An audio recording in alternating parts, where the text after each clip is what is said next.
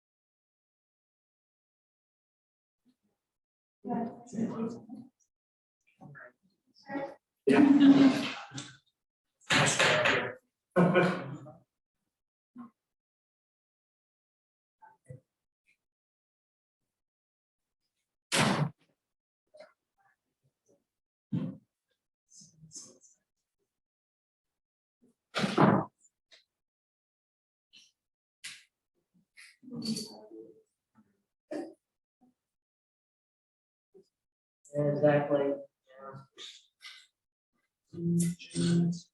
Yes.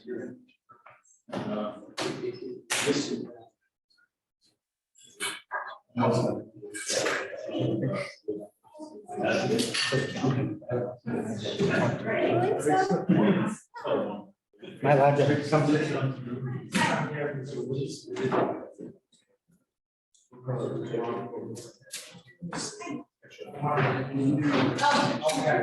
No, okay.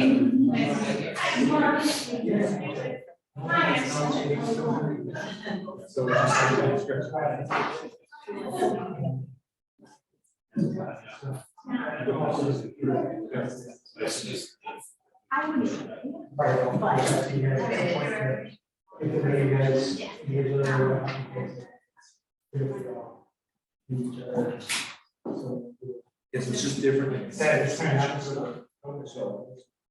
Just check. Yeah.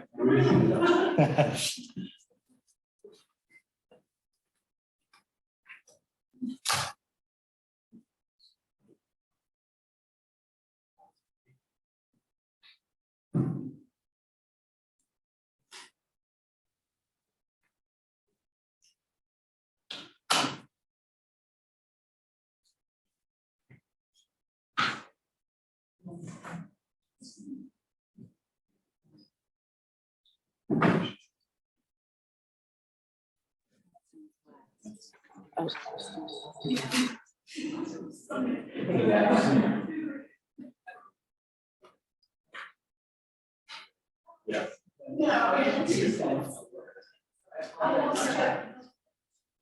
Okay.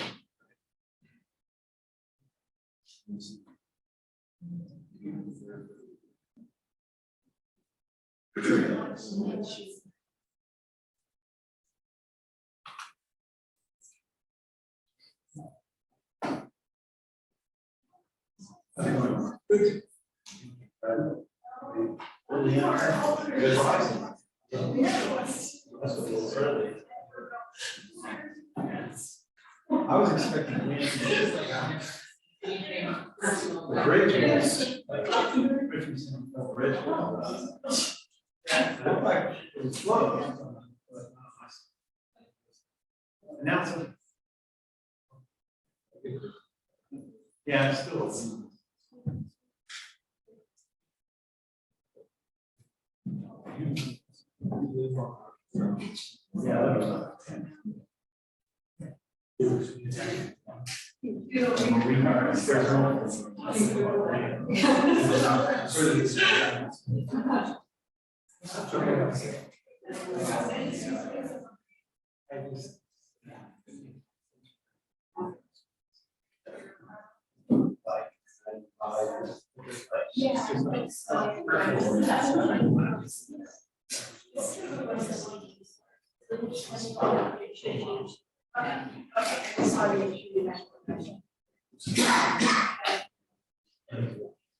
All ready? All right.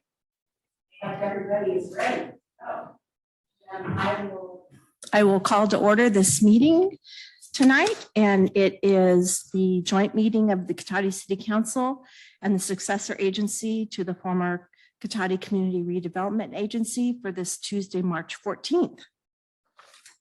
And with that, could we please have a roll call?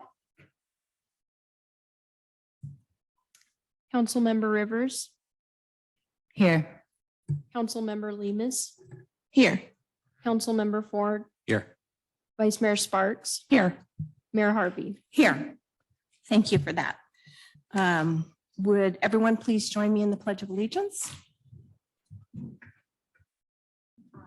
Pledge allegiance to the flag of the United States of America and to the republic for which it stands, one nation, under God, indivisible, with liberty and justice for all.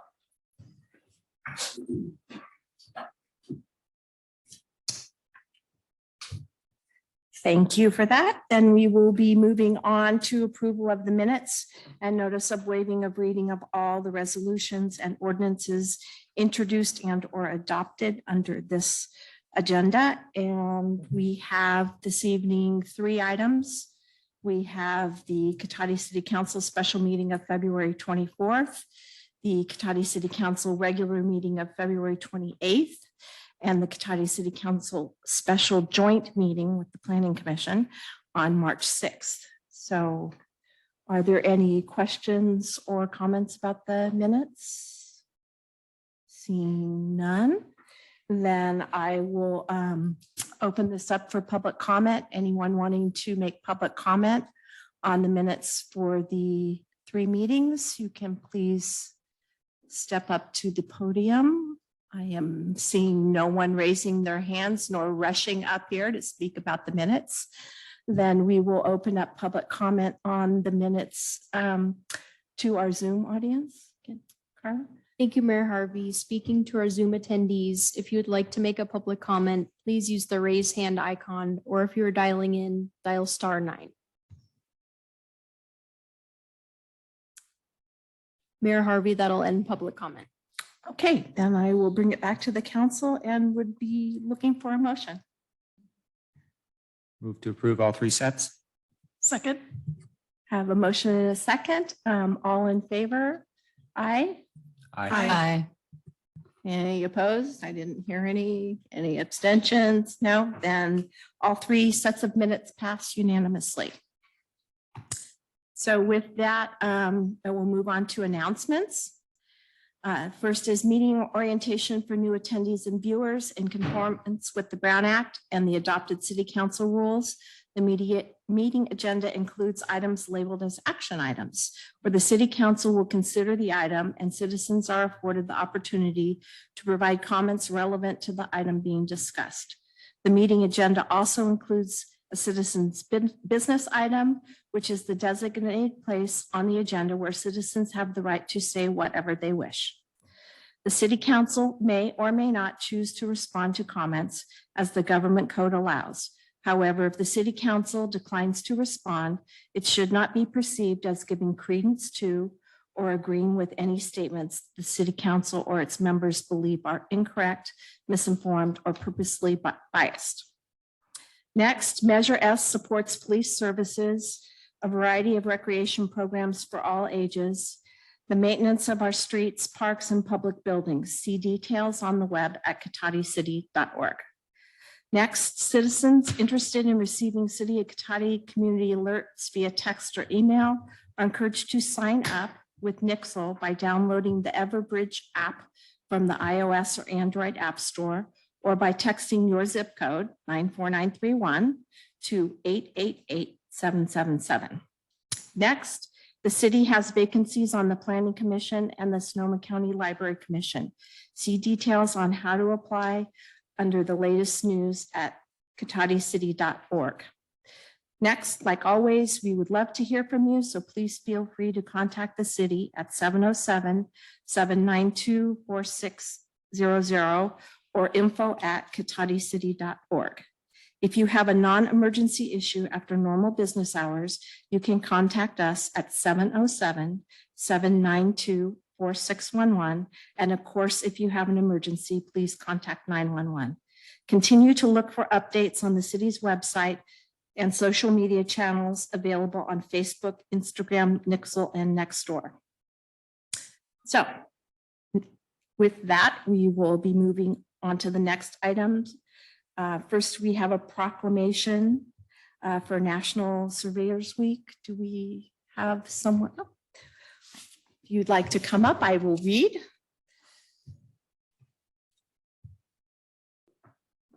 Welcome. Thank you. Proclamation of the City Council of the City of Cotati National Surveyors Week.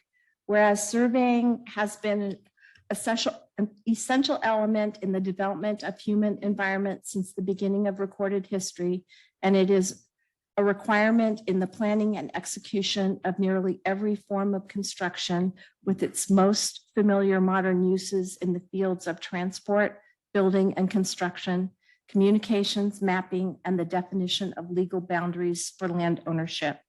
And whereas in order to accomplish their objectives, surveyors use elements of engineering, physics, mathematics, astronomy, law, and history. And whereas since the colonial days of the United States, surveyors have been leaders in the community, statesmen, influential citizens, and shapers of cultural standards.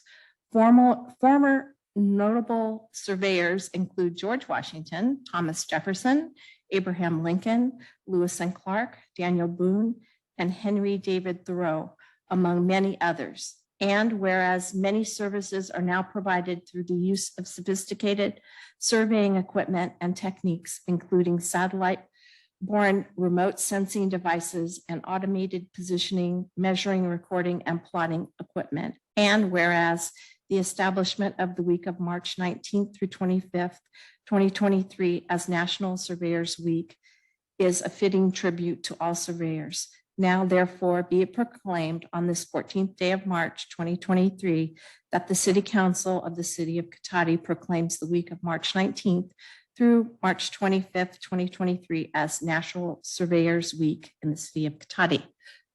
So, would you like to say anything?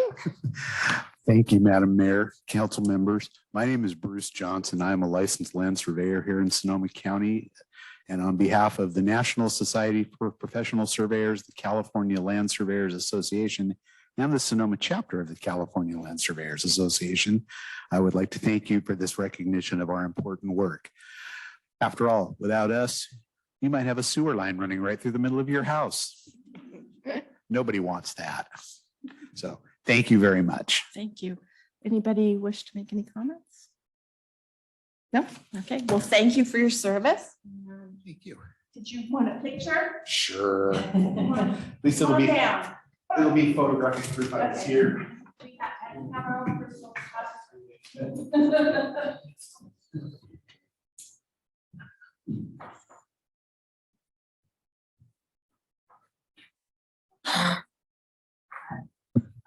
It's covering your face, yeah.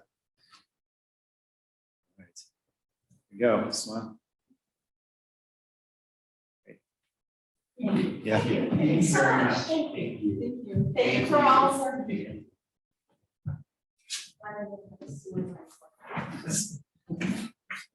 I thought I would be quick one. Thank you. All right, and now we have another proclamation, and I believe we have someone from the Red Cross here to accept that. Okay, if you would like to come up. So proclamation of the City Council of the City of Cotati for American Red Cross Month in 2023. Whereas during American Red Cross Month in March, we celebrate humanitarian, I can't even speak tonight, humanitarian spirit of Cotati and reaffirm our commitment to help ensure no one faces a crisis alone. And whereas caring for one another is at the heart of our community and exemplified by the people of the city of Cotati, whose simple acts of kindness through the Red Cross provide help and hope in people's most difficult moments, thereby continuing the life-saving legacy of Clara Barton, who founded the organization more than 140 years ago to prevent and alleviate human suffering.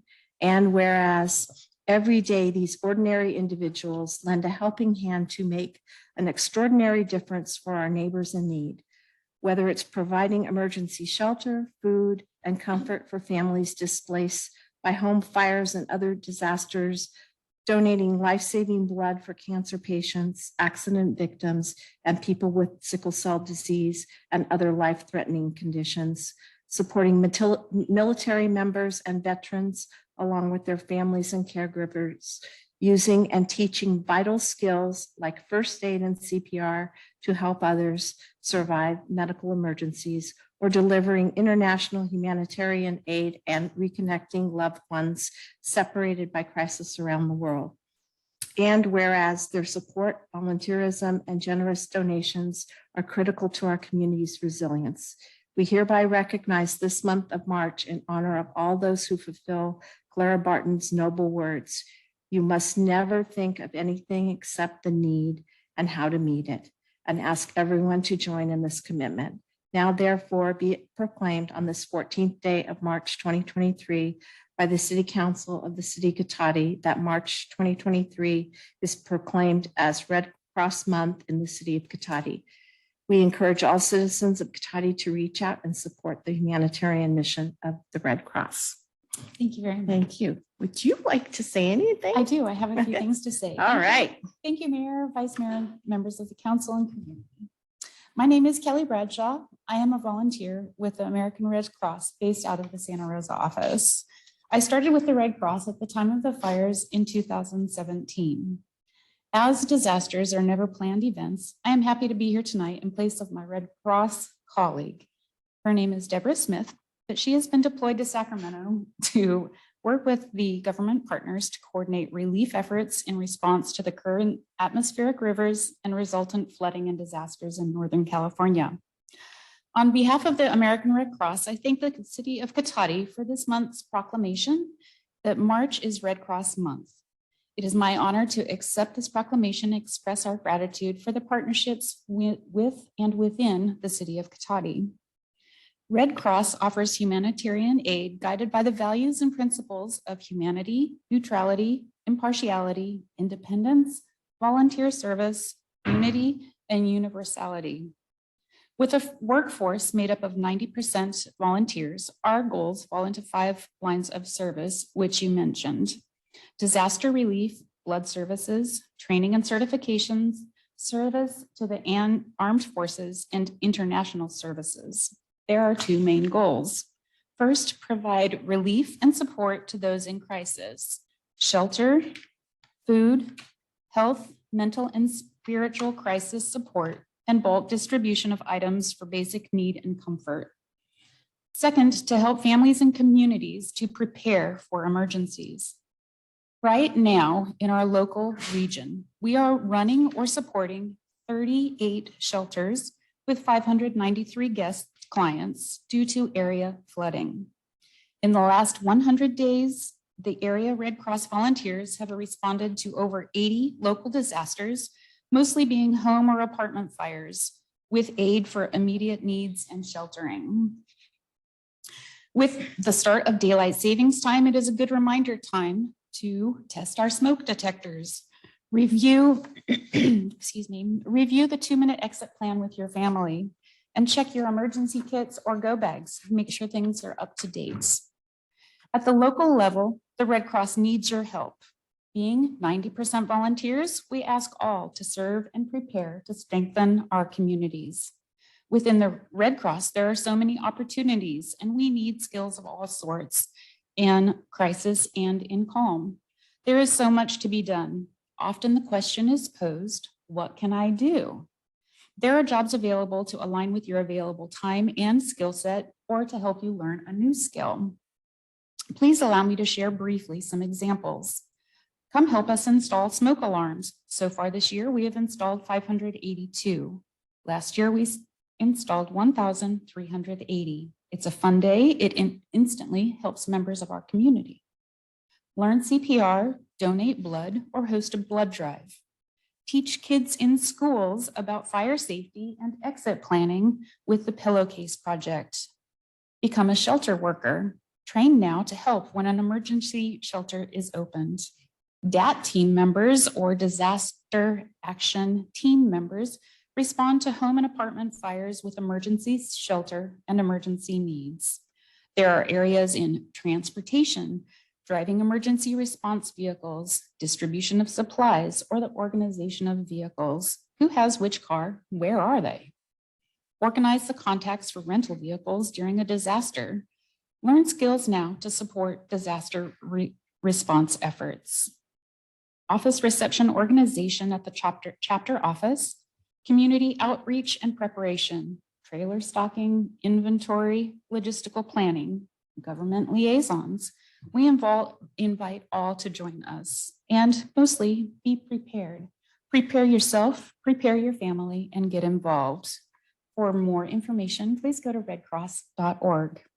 Thank you to the City of Cotati for this proclamation, for helping us to get the word out about the mission and the services of the local Red Cross. We appreciate the partnerships with and within the great city of Cotati. Thank you. Thank you. Thank you. Anybody have any comments? No? All right. Would you like? I would love one. Thank you.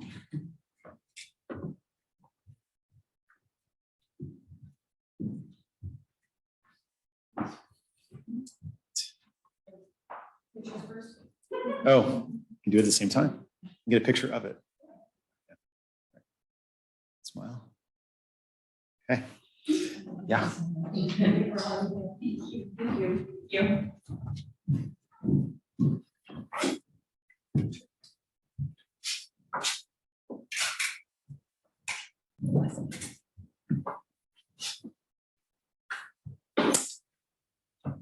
Okay, thank you. So next we will be moving on to the approval of the final agenda. Do we have any changes? Yeah, thank you, Mayor. No proposed changes tonight. Since this is an action item, I will open this up for public comment. Anybody wishing to speak on the approval of the final agenda, please raise your hand. I'm not seeing anybody up. And it appears that we have a hand on Zoom, so can we take that?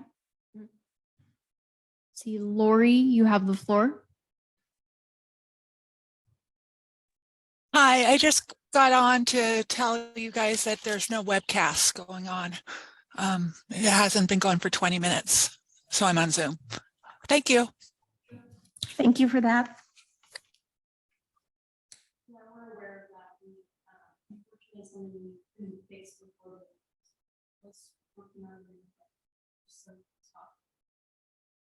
Okay. And we are okay to move forward? Yes, we are. The Zoom is available and the public is certainly welcome to be here in person. Thank you for that. So with that, there are no changes to the final agenda. So we will move forward to citizens' business and public comment for the consent calendar items. Where is my little blurb? Okay. Any member of the public wishing to speak to the council on any items listed on the consent calendar or any matters not listed on the agenda that are within the subject matter jurisdiction of the council may do so at this time. Pursuant to the Brown Act, the council is not allowed to consider issues or take action on any item not listed on the agenda during this period. Pursuant to City Council Policy 2021-01, comments of any member of the public are normally restricted to a total of 3 minutes in length per person for matters not on the agenda, and a total of 3 minutes per person in length for any and all items on the consent calendar. The mayor may extend the time limit for a reasonable time where disability accommodation has been requested. So with that, I will go to Zoom first this time.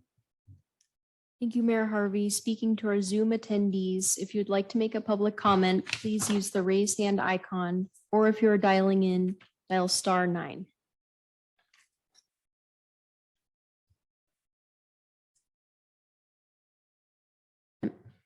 Okay, thank you for that. Anyone in the public here that would like to speak on the consent calendar or citizens' business? I'm not seeing anybody run towards the podium, so then we will close public comment on the consent calendar and citizens' business. So we have on the consent calendar tonight, we have 3 items. First one is approval of the 2023 La Bonita Chica Bonito Children and Family Festival in La Plaza Park on April 30th, 2023.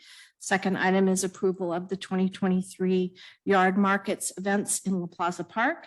And lastly, dash camera agreement for police electric vehicles. So is anyone wanting to? Yes.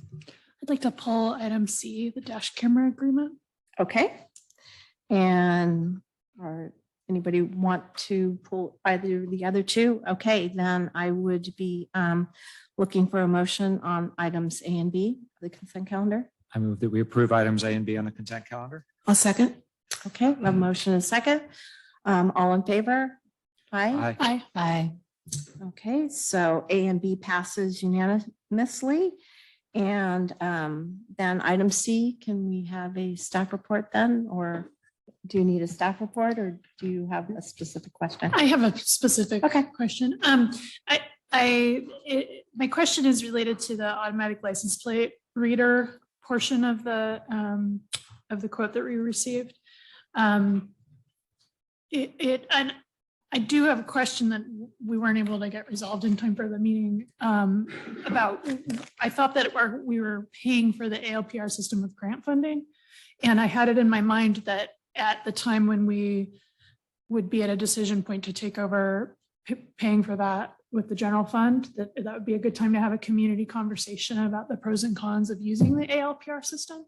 So within this agreement, it's all bundled, so it's hard to tell how much it's costing, but there is a software license fee for the ALPR system that we're going to be paying for somehow as part of this. And I want to bring I think that we ought to have a community discussion before we start paying to fund the ALPR system about the pros and cons. So I feel like I would like to see how is that bundled into this? Are we paying for it? How much are we paying for it before I feel comfortable proceeding with this contract? So yeah, just before the meeting, I did try to reach out to the vendor to get some clarity on that, and I didn't hear back. I think everyone's gone for the day. Yeah. Yeah. It's a very late question. I apologize. Yeah. But it's so in the quote, it's part of the bundle. Axon is the vendor. We use Axon for body cams and also for tasers, the other police equipment that we use Axon for. And since we've been using body cams, we pay for a hosted service called Evidence. Well, it's basically just a hosted service where everything gets uploaded to. It's a secure server. So for example, after the officers are done with their shift, they drop it into a cradle and it auto uploads to a secure site that can't be tampered with or edited or anything like that. And it also is a place to aggregate other information related to cases. You know, if it gets wrapped up and shipped off to like the DA, for example, that's sort of how that information gets transferred. So video files, pictures, that kind of thing. And so we already have body cams and tasers. And my understanding is that these dash cams use that same cloud service, same hosted service to upload. And that's, so I don't know specifically what the answer to the question is, if there's a specific cost, but We already pay for the service through the body cams, but I can't say for sure that there's not some element of cost in this quote for that. So that's maybe not, it's not the answer yet, but that's kind of where, how it works. And how the ALPR itself works is Department of Justice has a database of stolen cars, and they publish that to certain secure sites. And so evidence, the hosted site that Axon uses, has access to that DOJ stolen car database, and it just looks for plates that are stolen. That's basically what it does. But isn't it correct that it also reads all the plates that are viewed by the police camera and by the car camera and uploads the location information of all the citizens who are driving those cars all the time? So what it does is it tracks the police vehicle location, and it stores it for a short period of time. It stores a plate number, and then if a police officer or some other law enforcement official loads that plate number in as a stolen vehicle, it'll show up as like, hey, this is stolen, and this is where it was last read or last seen. So that's basically how it works. It doesn't actually read plates. It stores the numbers, like the number letter combinations. Isn't that what reading is? Well, I just want to make, what I'm trying to say, and maybe not very eloquently, is I'm trying to make the distinction between running a plate and reading the plate, right? It doesn't run a plate, so it doesn't do anything with the number unless someone has it in the stolen car database. And then just to say this car was located somewhere. So that's what that is. Okay, but it also it also keeps a database of these plates and their locations on file for quite like a year or 2 years, right? It's a year, I believe. In this giant database. I believe it's a year. Everyone's location that comes through Cotati and encounters a police car is being tracked and stored in this database. That's where my concern comes from. Mhm. Yeah. Okay, so Well, I guess my vote right now would be to delay this until we find out a little more. Either we, if we're already paying for the ALPR licenses through our dash cam or our body cam contract, are we double paying for it by signing? I'd just like to know a little more about that, and maybe bring this back. It looks like we're not supposed to start until January of 2024 anyway, so it doesn't seem super time sensitive. Yeah, the getting the order in the queue is the time sensitive piece, I guess, because it's like an 8-month equipment order if we want to move forward with it. okay, are you done with your questions? Any questions on this end? Well, just a question about the status of the grant funding that paid for LPR. Is that all done now? Or are we still running the rest of it on a grant? It's so, all right, so there's the countywide auto theft task force, which got this grant. And so every police department has access to a system called Vigilant, which is the, I'm trying to not get too confusing, but so Vigilant is another, it's like Axon, like it's another vendor. And so there's 2 or 3 of them that provide this Department of Justice interface for plates. And so that grant is still going right now. And so all the police departments in Sonoma County that are part of the auto theft task force have access to it. And I think it runs for another couple years before the grant runs out. So Axon is just another vendor, basically. And so They're coordinated with our body cam, which Yeah. is why right. And so wanting to use that particular one, right? And so we have a couple devices that are Vigilant devices. And if we move forward to this, we'll have these devices that are Axon devices. It's the same license plates. It's not like the back end Department of Justice database is the same. It's just 2 different ways to get there, I guess. That's the way to say it. Yes, okay. But it sounds like we are paying. And so the grant is paying for vigilance and we are paying for Axon to do the same thing. Is that correct? Well, the grant's paying for vigilant and the Axon, that's the answer. I don't know. I don't know the answer to that question. But we are paying already for the hosted service, which it was my original understanding that that was all part of it. We've already paid for it with the body cams that we use and the tasers, and that it would just be another device connected to that same service that would have that access portal. But I'm not positive. So that's what I asked the vendor to confirm. Okay, any other questions? Okay, since this was pulled, then I will open this up for public comment. Anyone wanting to speak on the dash camera agreement for police vehicles? Please step forward. I'm not seeing anyone here. So anyone from our Zoom audience? Thank you, Mayor Harvey. Speaking to our Zoom attendees, if you'd like to make a public comment, please use the raise hand icon, or if you're dialing in, dial *9. Mayor Harvey, that'll end public comment. Okay, so we have taken public comment. Yes.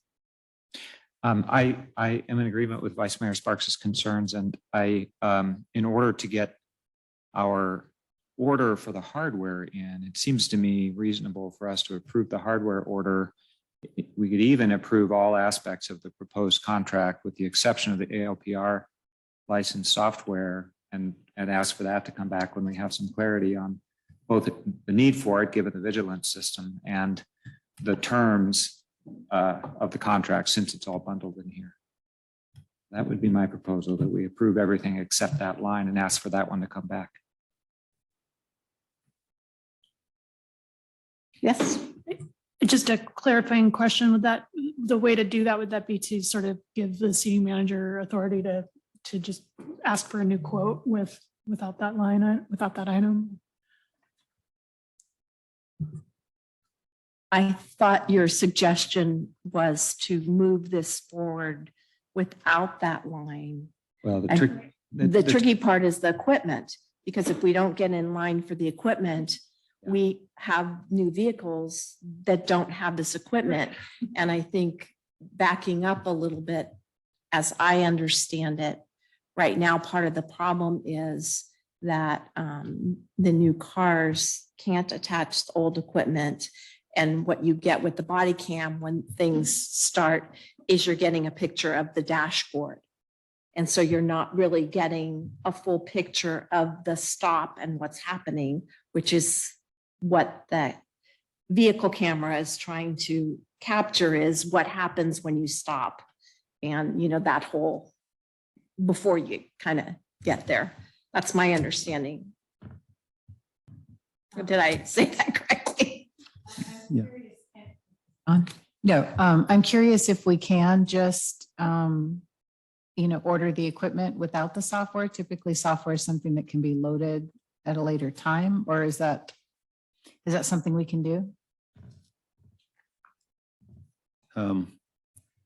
So we can get in the queue, but wait to find more information specifically about the license plate reading part of it. Yeah, so I'm not totally sure. I mean, I certainly can try to do that, just to order it and put a note on there. It's like not with the LPR at this point, and come back but I don't know. I'm not totally sure. Because the only quote I have has it bundled in. Yeah. Yeah. I guess I'm a little reluctant to let us not have the full piece of the picture, because we, kind of right now, every stop with the new vehicle, we don't have that. And as has been pointed out, it's been real helpful in any dispute resolution to have that whole picture of what's, going down. I suppose, is it possible for us to drop that part if we determine that that's a part we don't want?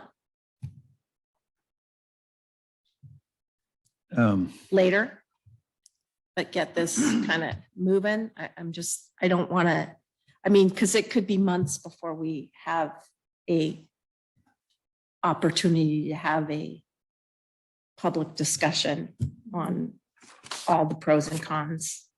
I mean, we're in budget season and so on and so forth. I just would hate to have those, and as was said in strategic planning, we have more of these vehicles coming.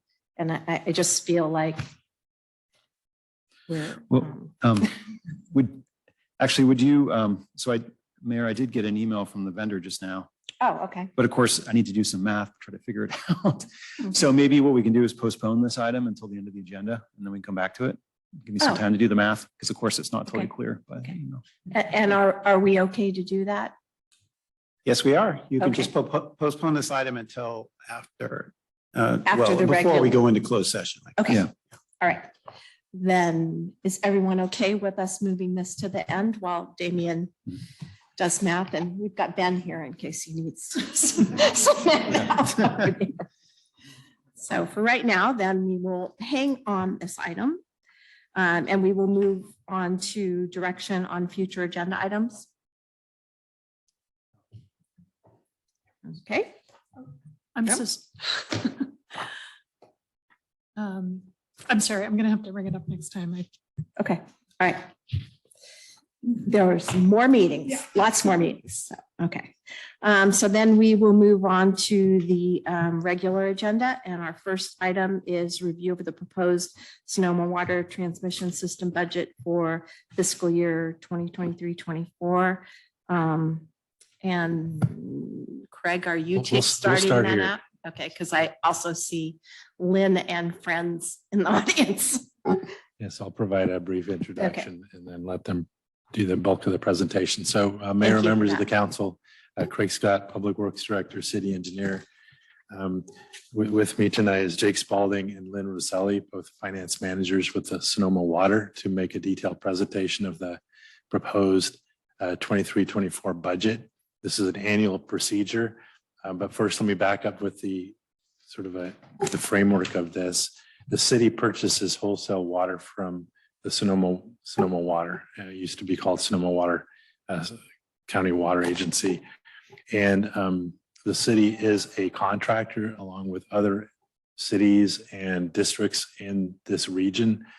And we purchase the water, as does everybody else, through this restructured agreement.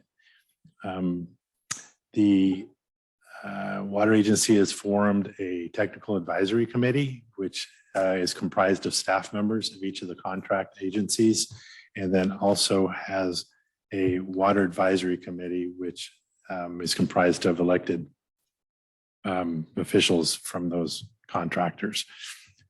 Okay, so the TAC typically meets monthly, WAC every other month. Generally, at the March 6th meeting, the TAC, Technical Advisory Committee, made after having met, a group of them met for 3 times to discuss the budget.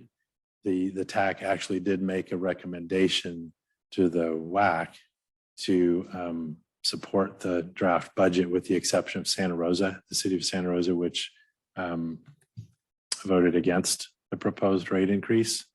And this is more an advisory vote, because even if we all said no, the agency would just go ahead and move forward with the budget.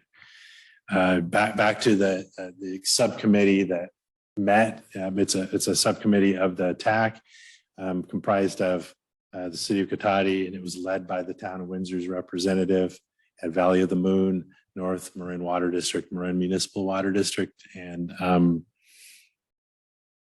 then Roner Park. And so we did meet 3 times and had an opportunity to ask questions of Jake and Lynn of the budget, and went into quite some detail. We did, because of the significant increase this year. It's close to 10%. It's 9.42 for us. For the city, we did really scrutinize the water agency on what they could do to reduce the rates. They did get the budget down to by $3.5 million. And by using reserves and grant money is definitely factored into there as well, the grants that they have in hand. You'll hear more about that from them. We did question the ongoing practice, which makes sense conservatively for rates, because you don't want to be short of using the lowest of the 36 months or the last 12 months. And the last 12 months just really hit us hard this time because we had historically low, we had historically high water conservation levels. I mean, for the city of Cotati, our city responded amazingly with 25% reduction. But then it's a fully volumetric rate. So we've heard that 90% of this cost increase is due to the reduced volume being used, and about 10% is increased energy costs, labor, the other things that kind of go up with inflation. But they did go back and looked at certain things they could do differently. Before I hand this off, in the packet, the prior rates are listed on page 67 of the packet. So you'll see last year was 6%. The year before was about 3.5%. That's just a good frame of reference. And then bam, we get this 9.4%. So it's, we do have, I do want to speak just briefly too about, we are on year one of our 5-year rate program, and we've been assuming 6% rate increases for the water agency. So 10% is obviously outside of that. However, it's a 1-year instance. If this were to happen multiple years, that could be an issue. We looked on the expense side, and it is within our pro forma with the water use having been reduced, our increased use of wells. We are within the amount of money in our pro forma being assumed for the water agency. And then the other side of it, of course, is looking at the revenue side. And so we haven't, we're looking at exploring that in more detail. We have a upcoming strategic planning or budget workshop with the council on the enterprise funds. So we're going to come back and address that more specifically at that point. But at this point, it looks like it's an anomaly, and it's within the pro forma so far. I think with that, I'll introduce Jake Spalding, Finance Manager with the Water Agency, to make the presentation. Thanks, Jake. Oh, and here.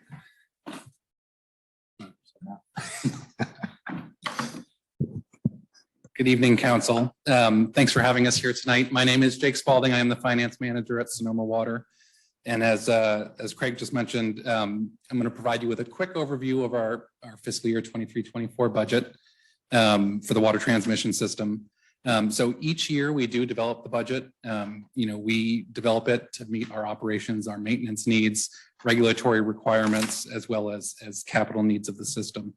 This year, similar to previous years, last year in particular, we do have a need for increased needs to improve our infrastructure and maintain some of the infrastructure that is getting quite old. And we need to do all this in order to operate the system reliably and 24/7 as is needed in the water system.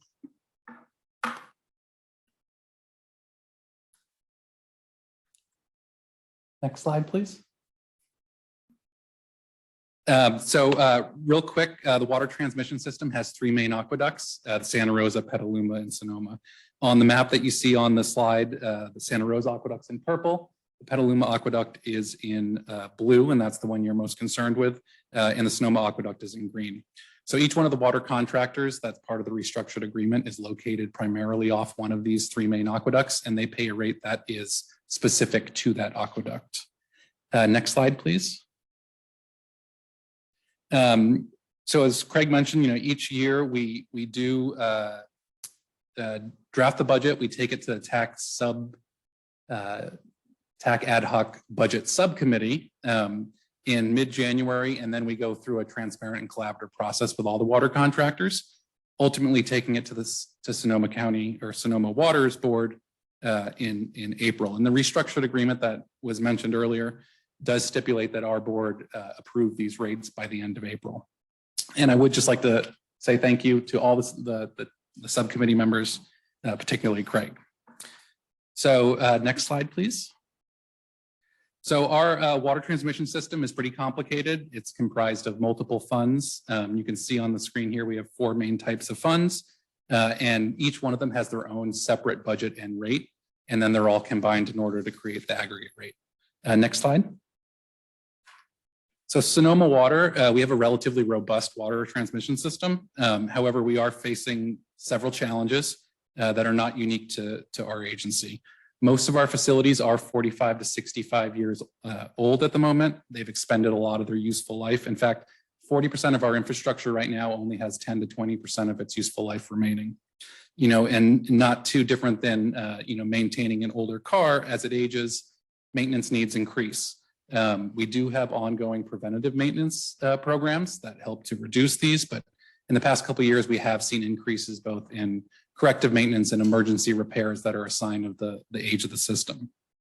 And then in addition to the age of the system, you know, we are vulnerable to multiple natural hazards, primarily flood, fire, and earthquake, with earthquake being the biggest one in terms of causing, you know, significant damage to the system and service disruptions to the residents of our county. So I'm mentioning all this just to say that the budget that we are presenting today, you know, takes measures to address all these. They're obviously not solved in 1 year, and it's a multi-year effort, but they are all included in the budget. Next slide. So what's in the budget? Well, on the capital side, we have completed or will be completing several important hazard mitigation projects this fiscal year. And next fiscal year, we're proposing to continue that effort with an additional $6.3 million in hazard mitigation projects. A particular note to the Petaluma Aqueduct customers, both the Eli Booster Station and the Wilford Booster Station projects that are on this slide serve the Petaluma Aqueduct. We do make every effort to offset the costs of these high cost capital projects. We have been able to secure $10 million in FEMA funding for hazard mitigation projects in the past, and we are pursuing funding for the projects that you see on the screen here, which could help offset costs in the future. Next slide. In addition to the hazard mitigation projects, our capital program includes $5.9 million in other projects to increase our resiliency. The projects that you see on this screen do include $1.1 million in offsetting grant revenue in fiscal year 23-24. So when you add up the projects on this slide with the hazard mitigation projects on the previous slide, we are proposing a total capital budget of roughly $12.2 or $12.3 million for fiscal year 23-24. Next slide. The budget includes $40.4 million in operations and maintenance projects. We've highlighted a few of them on the slide that you see here. You know, these include multi-phase aqueduct cathodic protection programs, which help prevent corrosion of the aqueducts that deliver the water to your communities, as well as a 10-year, $88 million tank maintenance, recoating, and rehabilitation program, which also includes some security enhancements on the system. You know, the projects that you see here, these are our highest priority projects, and they're really integral to maintaining the system and supplying reliable water to the communities. Next slide. Some of the other funds that we have, what we call the sub-funds, include the biological opinion, water supply planning, and water conservation. This budget includes $9.78 million for these funds. Of note in these ones, you know, on the biological opinion side, the Dry Creek Habitat Enhancement projects, which you may have heard about, are completing phases 4, 5, and 6. We experience significant cost savings on these projects because the Army Corps does pick up 65% of the cost, which provides a savings to the water contractors. Also in this budget, we did include a $150,000 match contribution for the Potter Valley Project Russian River Water Forum grant that was just submitted to DWR. If this one is awarded, the County of Sonoma, County of Mendocino, and Sonoma Water's Russian River Projects Fund will also be kicking in match costs to fund this grant. And lastly, you know, we've all heard of our very successful water conservation and education program. that's been very successful in the past. This budget does also include $3.8 million in grant funding, also with DWR to further those efforts and implement additional programs. Next slide. So this slide compares the budget, the previous year's budget to the budget for fiscal year 23-24. As you can see, we're proposing a total budget of $68.3 million, which is offset by $18.15 million in grants, use of fund balance, and bond proceeds. You know, of note, when you look at this slide, you'll see, as Craig mentioned, that we have pared it down, and it's actually $3.5 million less than the previous year's budget. And this is largely due to some budget reduction measures that I'll talk about on another slide. The one line item you see here that is increasing, the operations and maintenance budget, it's going up roughly 4.4%, and that's really to address those additional infrastructure. And as you can see, all the other budgets are showing reductions. Next slide. So real quick, this slide is just to exemplify where the majority of our costs go. You know, operations and maintenance makes up roughly 60% of our expenditures. Capital projects come in at about 18%, followed by the sub funds, and finally debt service at less than 10%. Next slide. I might have to ask you to do a couple on this one because it's an animation. So I wanted to give you a real quick example of how our rates are calculated. This is just an example, but basically we take the cost of operations and maintenance and we divide that by the amount of water sold. And as Craig mentioned, you know, the restructured agreement stipulates that the amount of water sold for budgeting purposes is either the previous 12 months or the last 3 years annual average. Can you hit the button a couple times? So as you can see, and one more time, this year, the 12-month average is much less than the 3-year average. And so if you hit it 2 more times, you'll see that it goes into the equation, and actually 1 more time and 1 more time. And that gets us to roughly 1,173 acre feet. Now, once again, that's a simplified example, but the main purpose of this slide is to show you that it is a fully volumetric rate that's stipulated in the restructured agreement. And that means that all else being equal, when we have lower budgeted water deliveries, your rate is going to be higher and vice versa. You know, particular note, the 23-24 budget is actually 8.5% less in budgeted deliveries than the previous fiscal year's budget. We are not meeting that budget at the moment. We are having lower deliveries, and I'll talk about that on another slide. But because of that, as Craig mentioned, we do have, the calculation is roughly 90% of this increase is actually due just to the lower deliveries in the equation. Next slide, please. So, you know, we're not immune to the fact that rising rates are difficult for everyone. We have taken some significant efforts to try and reduce this rate, including, you know, reducing the budget by $3.5 million. The efforts that we did allow us to reduce our original estimate of over 20% down to 10.56. We did that by deferring projects, you know, roughly $2.4 million in projects, trimming budgets, prioritizing projects, reducing utility expenses, as majority of our expenses come from large hydro projects, which fortunately are starting to operate again, and so our rates are coming down. And then increasing the use of fund balance, bonds, and grants. In addition to that, water contractors do have a discretionary capital charge that they can adjust to help reduce the rate farther. Petaluma AQ customers did elect to do that this year, and I'll show that on the next slide. And then lastly, you know, as I mentioned before, deliveries this year are coming in significantly under budget. In fact, we're estimating a revenue shortfall of $4 to $6 million, which is requiring us to jump into and utilize some of our prudent reserve for the first time. This is something that the WAC members, the advisory committee, will need to address in a future budget when we have higher deliveries, and it won't be as difficult to refund that prudent reserve. Next slide. So here are the proposed rates for the 3 main aqueducts. As you can see, the Petaluma Aqueduct is in the middle there. The 3 aqueducts range from 9.42 to 10.56%, including the use of the grants, bond proceeds, and fund balance of $18.15 million. Had we not included that, you know, the rate would be even higher, close to 52% actually. So water contractors, as I mentioned, can reduce their discretionary charge. The Petaluma AQ customers did reduce it to 0 for this for fiscal year 23-24. And that brought your rate down to 9.42%. I would just say one more time, we are fully volumetric. It's stipulated in the restructured agreement. The 10% of this increase that is tied to additional projects really is these projects we've been putting off deferring for several years in an effort to keep the rate low. And that allowed us to keep the rate below 5%, both in the 5 and 10 year averages, the last 5 and 10 year averages. Unfortunately, we didn't have the room to do that anymore this year. And we do estimate, and this is a rough calculation, that this would increase the cost by about $2 to $3 per month for the average resident in Sonoma County. Next slide.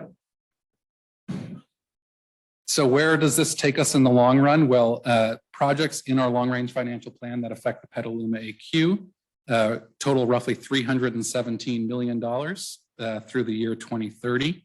The majority of these projects are hazard mitigation projects, resiliency projects, and maintenance projects. Next slide. And so what does that mean for rates? Well, in this very conservative model that we put up here, that does mean that we're showing 4 years of rate increases that are between 9.4 and 11.3%, which will then moderate to around 8% in later years. This is a very conservative forecast. There are lots of assumptions in here, including growth in demand, growth in deliveries, but it doesn't include any grant funding that we haven't already secured. Sonoma Water has been very successful at securing grant funds for hazard mitigation and other projects. And so we have every anticipation that we can further reduce these rates by securing more grants. Next slide. So this slide just compares our water rates to other water wholesalers in the area. As you can see, Sonoma Water is on the far left-hand side. We do have the lowest cost water compared to the others. Not all of our systems are exactly the same, so it's just one form of comparing ourselves. I would note all these water agencies are experiencing the same issues we are. Everyone's had historically low water deliveries the last couple of years with fixed costs, and so at the moment we're hearing that these other agencies are pursuing rate increases between 5.5 and 15%. For next fiscal year. And that's on top of the rates that you see in the slide here. Next slide. So the next steps for us right now, we are presenting to town councils. We will then go to the Water Advisory Committee for a vote on April 3rd. And finally, we'll go to Sonoma Water's Board for adoption of the rates on April 18th. Excuse me, one more slide. In summary, Sonoma Water, we understand that this is a difficult rate increase to pass on to the constituents. We have taken all the measures we feel are prudent to take to pass a well-measured and budget that provides the funds to do all the things that we need to do. That includes reducing the budget by $3.5 million, prioritizing projects and deferring projects where possible, increasing the use of grants, bond proceeds, and fund balance. We were also able to further reduce the rate, on Petaluma AQ by lowering the discretionary capital charge, and the Army Corps picking up the 65% of the Dry Creek projects has really helped as well. So we're here hoping that we can get you to provide direction to your WAC to support the vote. If there are any questions, I'm here. Lynn Roselli, our Administrative Services Division Manager, is here, and Mike Thompson, our Assistant General Manager, can also help. Yeah, I had a couple of questions. So the first one, did I hear you say that you were projecting deliveries to increase as part of the budget? I'm not sure I said exactly that. At the moment, we are not projecting delivery increases. In fact, the recent rains are kind of working against us because we've had historically low deliveries, and now we're having even lower water deliveries because everyone's reservoirs are full. So in the short to medium term, we are not forecasting increased deliveries. Okay, so this is reminding me of when you lose weight, you get to eat less, right? Is when you conserve water, you pay more for it. Is that what I'm hearing? Is that correct? It's a difficult message. it's a difficult message. It does seem that way. You know, another way to look at it is, had we not conserved as much as we had, we would be pursuing additional capital projects to increase the capacity of the system. And a lot of those projects are what you do see in the long range financial plan in farther years out. And we've been able to push those farther and farther out because of the conservation measures that our residents have taken. So there is short-term pain, but had we had to implement those capacity increasing projects, the rate increases would actually be significantly higher.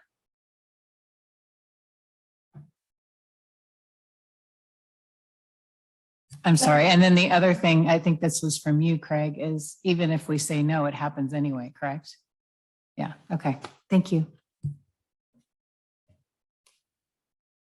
Sylvia? Yeah, I had a question.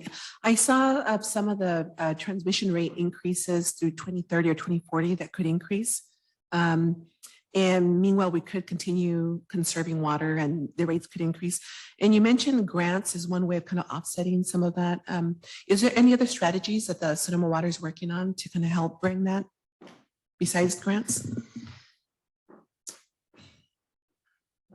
We can certainly, more bond financing can certainly spread costs out, grant funding. And then generally, just looking at how we time different projects and where they are on the timeline and on the schedule can all affect how the rates are. The projection that we showed that was extremely conservative, right? I mean, it's based on very low water deliveries. It's based on capacity projects not being further out on the timeline. It's based on no grant funding. So it's really like, a worst case scenario. But with grant funding, with inflation reducing over time, we certainly are expecting that we will be able to, moderate the rate increases over time. Yeah. Okay, yeah. And I was just gonna say, it's important to note too, you were looking at those future years. And as I was saying a minute ago, we have been able to push those large capacity and increasing projects farther and farther out on the long range financial plan. If conservation measures continue, that would continue to happen as well. Okay. And the water conservation has really made a huge difference. And I mean, I know what it looks like, to the consumer, and it is, like Jake said, a very hard message, but water conservation has made a huge difference in keeping rates from being extraordinarily higher than they would be had people not conserved. And so and if they can continue to conserve, we have the hope that they will be able to keep their rates, the amount that they pay every month much lower, right, going forward. So it actually, can encourage additional conservation, water conservation going forward to, so that they pay less on their bill. Laura? Thank you. I'm new on the wax, so please bear with me. But my question is just, this isn't quite making sense to me, but during times of drought, deliveries decrease. But now you're saying during times when there's a lot of water, deliveries still decrease? That doesn't make sense. Not necessarily. And Okay. Weather is the biggest factor in where our deliveries are going to end up. We're in kind of a tough situation at the moment in that we have to look from a portfolio of all of our customers at their demands. We have customers that have their own surface reservoirs. The last few years have actually bought more water when times allowed it, when there was excess flows in the river. And that kind of provided a buffer for everyone else who was reducing their demand. We have a situation now where their reservoirs are full and spilling, and so they're reducing their deliveries at the same time everyone else is still kind of at a baseline. So it's a short term, maybe medium term time when we don't think demand is going to increase. But I'm misunderstanding, but it seems like during the summer, when residential users they're not gonna feel so motivated to conserve as they did in past years. So I would imagine that would make deliveries go up, wouldn't it? We do, some of our contractors are forecasting increases in demand in the summertime. Others are not. And there's a lot of factors go into it. Okay. We have done a lot of conservation measures the last couple of years, and there's been some demand hardening where we don't anticipate a quick rebound as conditions change. But as you said, we'll see where the weather is when we get to summertime and where demand starts to creep up. And it's really hard for us to predict what demands are going to be going forward. We just don't know because we have so many customers and they all, like Jake said, they have different ways of, some have groundwater resources, some have reservoirs. So they don't all use all of our water and we just don't know from time to time. But we can say that 15 years ago, we had 60,000 acre feet in deliveries. We're at 41,000 acre feet in deliveries today. And over the average for that 15-year period was 48,000 acre feet. We're budgeting at 41,800 acre feet. So it's hugely, it's a 3-year drought. I mean, this is unprecedented, right? And it's really driven down the deliveries. Will they start to climb back up? We expect that they might. We just don't know the time frame for that to happen. And so it is somewhat of a wait and see. But as deliveries do increase, that will certainly have an impact on reducing, the overall rate increases going forward. And I would just say too, so our use of fund balance. So one way we build up fund balance is if deliveries do come in higher than we're budgeting this year, our fund balance for next budget season would be higher and we'd be able to offset rate increases that year. So, right. We every year we look at what the fund balance is and we take every effort to reduce that to keep the rate low. And we've been using fund balance, right? I mean, we built up fund balance in years where there was more water deliveries. And we've been using that fund balance during the drought, but we're running out, right? Because we're now in year 3 of a drought. So we've run down, we don't have as much fund balance to use to bring the rate down even further. But as deliveries start to go back up, we're hoping that will change, right? And we'll be able to build fund balance going forward. Well, that was actually addressing one of my follow-up questions, which is I saw in the restructured agreement, it says if there's an excess in operations and maintenance, it can be used to pay capital costs but are you saying that, that was my question are there additional capital projects that could be funded this year if we had excess funds, or would it just go into paying back the fund balance? Actually, this year we are not using any fund balance from the water transmission and operations and maintenance fund to fund capital projects. Capital projects are funded completely from the capital fund balance and grants and bond financing. So, and we have enough bond financing in there to fund as many capital projects as we're able to do. So that's not driving the rate increase at all. No, I understand that. I'm sorry, I'm maybe speaking wrong with it. It says that they could be used to pay capital costs on common facilities and storage. So you're saying they're not really used that way? Okay. $0 from that fund. Even if we come in with a bunch of excess money, it's just going to go into in a future year, potentially it could be used. But at the moment, we did go out for bond funding in 2022. We got a $15 million bond that should cover us for a couple of years. We locked in when interest rates were at their lowest level. And we have a AAA bond rating. But I mean, one of the other restrictions is we do have bond covenants that we need to cover. And so we can't reduce the rate farther without dropping below our debt covenant. And actually using that money actually increases the rate. If we take that money from, that excess money that you're talking about there in the O&M fund and we send it over to do capital projects, that does increase the rate increase. So what we've done this year is said, no, we're not going to do that at all. So we tried to do that to keep the rate increase from being even higher. Okay. Thank you. Ben? Just one question. In your kind of simplistic rate calculation slide, it's presented as if your operating cost total budget is kind of a fixed number that doesn't have anything to do with volume. Presumably some of your costs actually scale with volume, but it's probably a fairly small chunk. It is fairly small. Yeah. I mean, we have chemical costs and utility costs are the two that are the most variable based on usage. The majority of the others are pretty fixed. It's probably what, 80%? Like closer to 90%. 90% fixed. 95% fixed costs on the water transmission system. So any deliveries over that 41,000 is 90% of that is not going to go to expenses to fund the extra deliveries. It will. Correct. Okay. Thanks. Okay. Thank you for the budget. And as usual, I really appreciate all the detail. I was able to answer a bunch of my questions because you guys are thorough in putting the information. So I'd have a question on one page and I was able to find it later on. So I really appreciate that.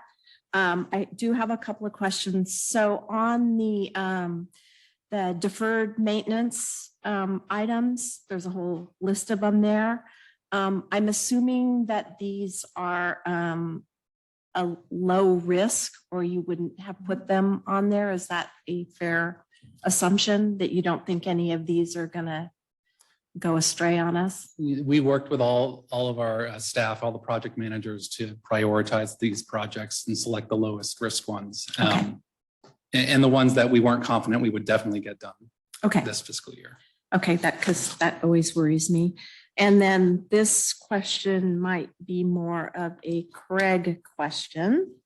And that is, how comfortable do you feel with us putting our capital charges to zero? I noticed we had a pretty healthy amount, although we're using we had like 8 million and we're using like 3+ million. So it's going to kind of leave us low. How comfortable are you with that? Well, the projects that were highlighted there as being recently completed on the Petaluma Aqueduct, move that forward, and that we've actually, the water agency has completed a couple of pretty significant, the Eli Booster Station and another one. So we're saving up for the next one. The primary thought was that if not this year, what year, to actually use that as a rate leveling tool. And there is fund balance in there. So there's the hope there, and the risk is that we're able to bring that back next year and build it back up over the next few years as the demands recover. Because typically we lowered the amount, but not usually zero. I think this is the first time that I've seen it at zero, and I just wanted to feel confident with that. And then my last question is also probably a Craig question. And that is, in the financial considerations, you talk about the fact that we can increase this increase by offsetting with local groundwater pumpage and operational savings.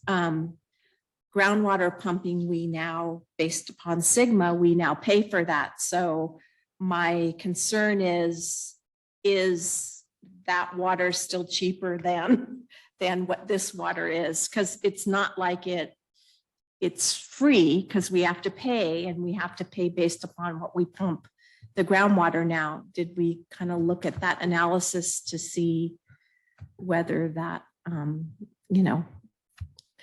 Yes, our pumping our own groundwater is significantly cheaper than using Sonoma water. So it is an option that's available to us. We, to help out with the region trying to achieve a 20% delivery reduction, we, as one of the few agencies that have significant groundwater for our demands, we went ahead and pumped a lot of groundwater as a proportion. So we usually stay within like a 3/4, 1/4 split, with 1/4 coming from groundwater. We moved that up to like 40% or so with our local groundwater. And we saw the results in our budget. So we're pretty confident that it is less costly. And we were able to look at the impact once the wells shut off, what that residual elevation is. And there was not a chronic dropping of that elevation over the two years that we increased the pumpage. So one, it's the water's stable source of water for us. It's less costly. So. And is it consistent with what we put in the groundwater plan? Are we within the ranges of what we said we would do?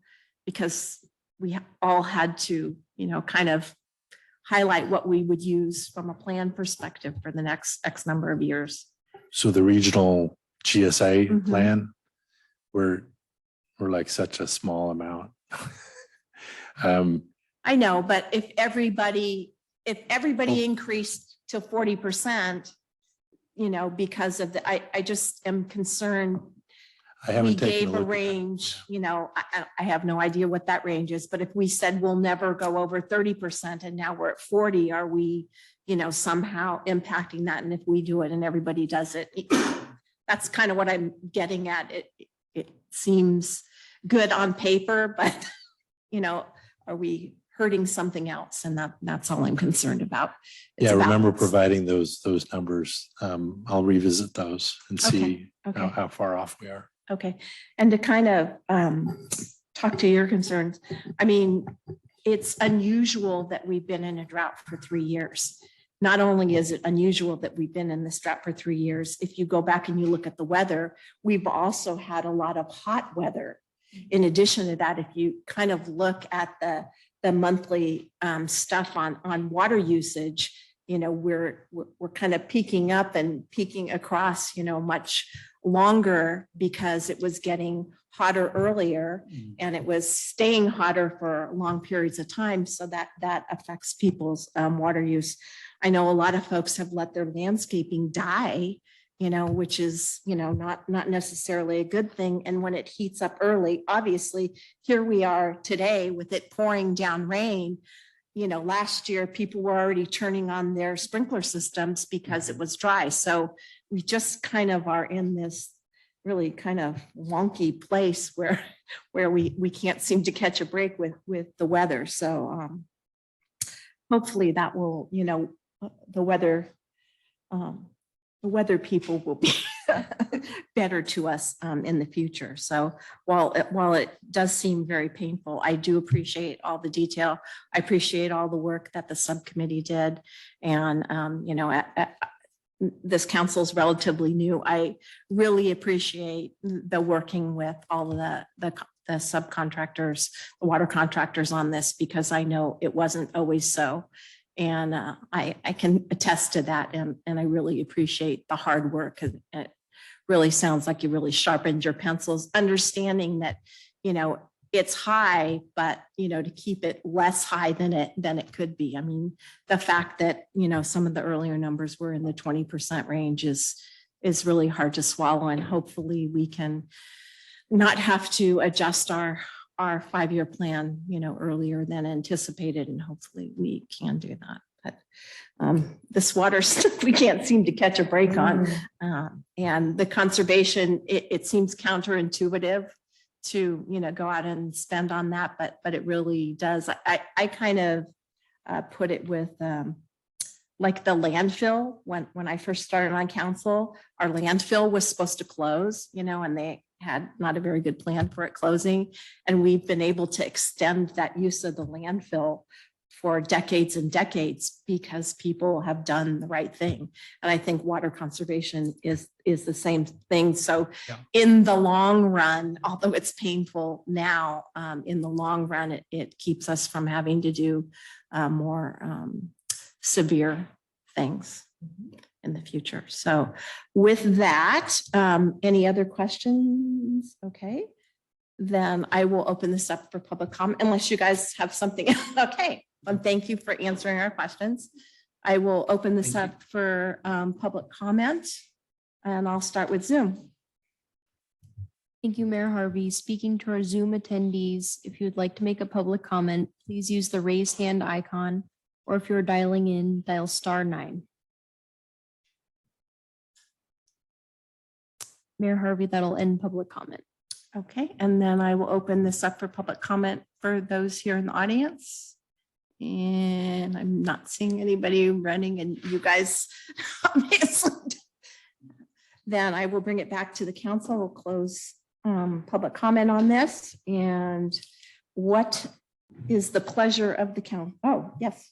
Well, I just wanted to make one comment that if a household conserves 20% of their usage and sees their rate go up by 10%, they still see a cut in their water bill. So in general, I think we have to recognize that we historically don't value water at what it's now going to be worth, and we're going to have to face the fact that it's going to become more expensive going forward. So I appreciate efforts to keep the cost down, but also I recognize that we treat it like it's free and it's not. We got to get over that, and we're getting there.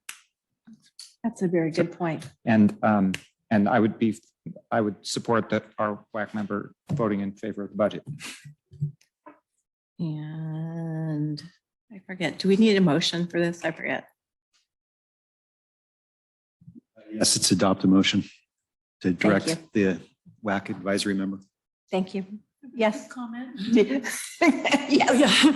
Just a quick comment. I wanted to thank you for coming and for answering all my questions. And I was looking at some of the maintenance projects and things and looking at what year they were originally scheduled to happen, which was several years ago for most of them. So I'm just really happy to see them getting done and supportive of trying to get them done as quickly as we can.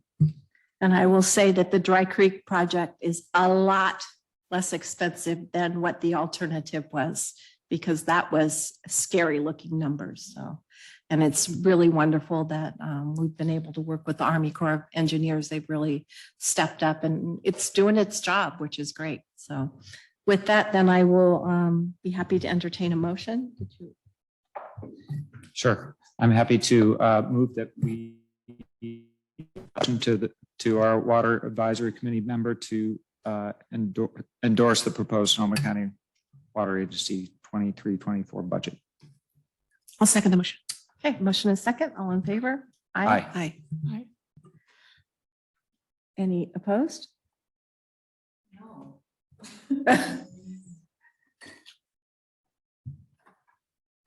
So are you a no or an abstain or a, you got three choices. I give you choices. I mean, I. Okay, so WAC member, do you have your direction? Thank you for the directions. And thank you again for the presentation, answering our questions. Really appreciate it. So with that, we can move on to discussion on city investments and management. My guess is probably going to be Angela. Yeah. Damien can absolutely take this one too. It's all good. So good evening, Mayor, council members, members of the public, online and here in person. The presentation tonight is for getting your input on investments and the consideration of a transition to a more active management strategy of our investments. The Administrative Services Department has had an objective for fiscal year 22-23 to evaluate these investment processes and hopefully implementing council's actions. With this, we have been looking towards other programs, firms, cities, and what they've implemented as best practices, what effective programs and groups are out there for investments. We were first introduced to Optum Investment Partners, who we have collaborated with today to bring you this informational presentation. In this presentation, we'll provide a summary of public agencies' investment requirements, permitted investments, portfolio management types, the industry challenges of government investments, a brief analysis of Cotati and our investments, and ending with kind of projected next steps depending on which way we want to move forward. So with this, I'll turn it over to David or maybe Rob to continue with our presentation. They should be on our group here. Good evening. Can everybody hear me okay? Perfect. Thank you. Excellent. Hi, David. Good evening, Honorable Mayor and Council. We appreciate your time tonight. My name is David Bilby, CEO of Optum Investment Partners. Just to give you a brief background, I've been in government finance for 18 years. Most recently with the city of Chula Vista, managing a $400 million investment portfolio there. Recently, we formed our company to assist small agencies with investment advisory services in the state of California. We're excited to give this presentation tonight to inform you about the public agency requirements and to answer any questions you have about public investments. With that, we'll go to the next slide. So public agency investment requirements are clearly delineated in Government Code Section 53600. The city of Cotati is doing a great job currently meeting all of its reporting requirements, going to the governing body, outlining cash and assets invested and all the various requirements of the government code related to those quarterly reports. In addition, city of Cotati is reviewing an annual investment policy during its budget process. And so it is compliant with that section as well. The main piece that we're going to be talking about tonight, the prudent investor standard, it's basically the requirement for all of us, us as advisors, you as public officials, to be a fiduciary and safeguarding the principal and ensuring liquidity of public funds. Third on the list of priorities in the government code, section 53600, is yield. And so we're going to be talking a little bit about that in the slides to come up. Next slide, please. In your current investment policy, you have permitted investments that range throughout the government code, section 53601. I like your existing investment policy. We've been working with your team and looking at ways we can continue to improve upon the policy on a go-forward basis. And we'll be talking about that at future council meetings. The 3 items on this slide and the next slide that are listed as no really are ones that I would consider higher risk. And if you go to the next slide, you can see mortgage-backed securities, specifically collateralized securities and public bank securities. Those were all in the highlight reel of the 2007, 8, 9 timeframe, where mortgage-backed securities were inappropriately measured in terms of risk and ultimately had several defaults back in the 2000s. I think it's prudent that you're staying away from those. They are not necessary to have a diversified portfolio, and your city has sufficient permitted investments within its policy to achieve the desired outcomes of safeguarding of principal, ensuring liquidity, and ultimately obtaining market rates of yield. With that, we'll go on to the next slide. So the one key difference about what we're going to be talking about tonight is passive management versus active management. Passive management is in which you allow your funds to sit idle in various accounts, whether that's a checking account, a state pool, a county pool, or some other type of investment in which you're not moving money actively in and out. These are safe options. They're all fully backed or collateralized. So they do meet that first priority in the government code section of safety of principal. They also are extremely liquid, which is a great benefit as well. So it clearly meets the safety and liquidity, but unfortunately it's not going to obtain market yields very often. On occasion, a pool can reach market yields, but it's fairly rare and it doesn't hold on for very long. We'll talk about why that is. So active management allows for the city to be able to, whether it's in-house or using outside parties, to identify how it can achieve market rates of yield over a time period of 5 years, which is the allowed time horizon in the government code section. And the various requirements of active management mean there's more dedicated staff time, whether that's in-house or a consultant advisor. It requires somebody to keep an eye on the market on a daily, weekly, monthly basis to look at how we can take advantage of market opportunities and ultimately to improve yields up to market yields while not sacrificing that risk in maintaining a very low risk on the portfolio and maintaining that liquidity. So we're definitely in favor of your existing investment policy and continuing to revise that on an annual basis to ensure that it's meeting the council goals and objectives through your budget process. We also have introduced a new item for our services related to cash flow modeling. So what this does, it allows us to be able to identify when your city is running short on cash due to the timing of revenues and expenditures in your budgetary cycle. And what that enables us to do is keep more money actively invested throughout that 5-year time horizon, increasing overall performance and investment interest.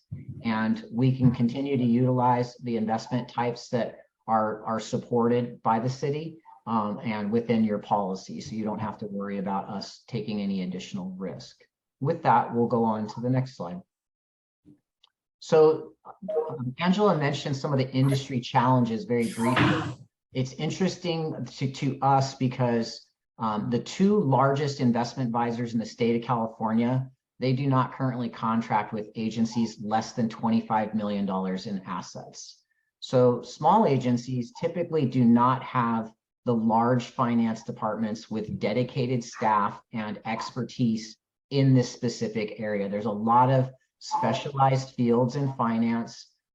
Debt is one, investments is another, underwriting, and legal, for example, are areas in which you hire outside for bond counsel, for advisors, for municipal advisors. So it's highly technical, and ultimately you get better ultimate performance when you look at how you can take advantage of those technical experts in the field.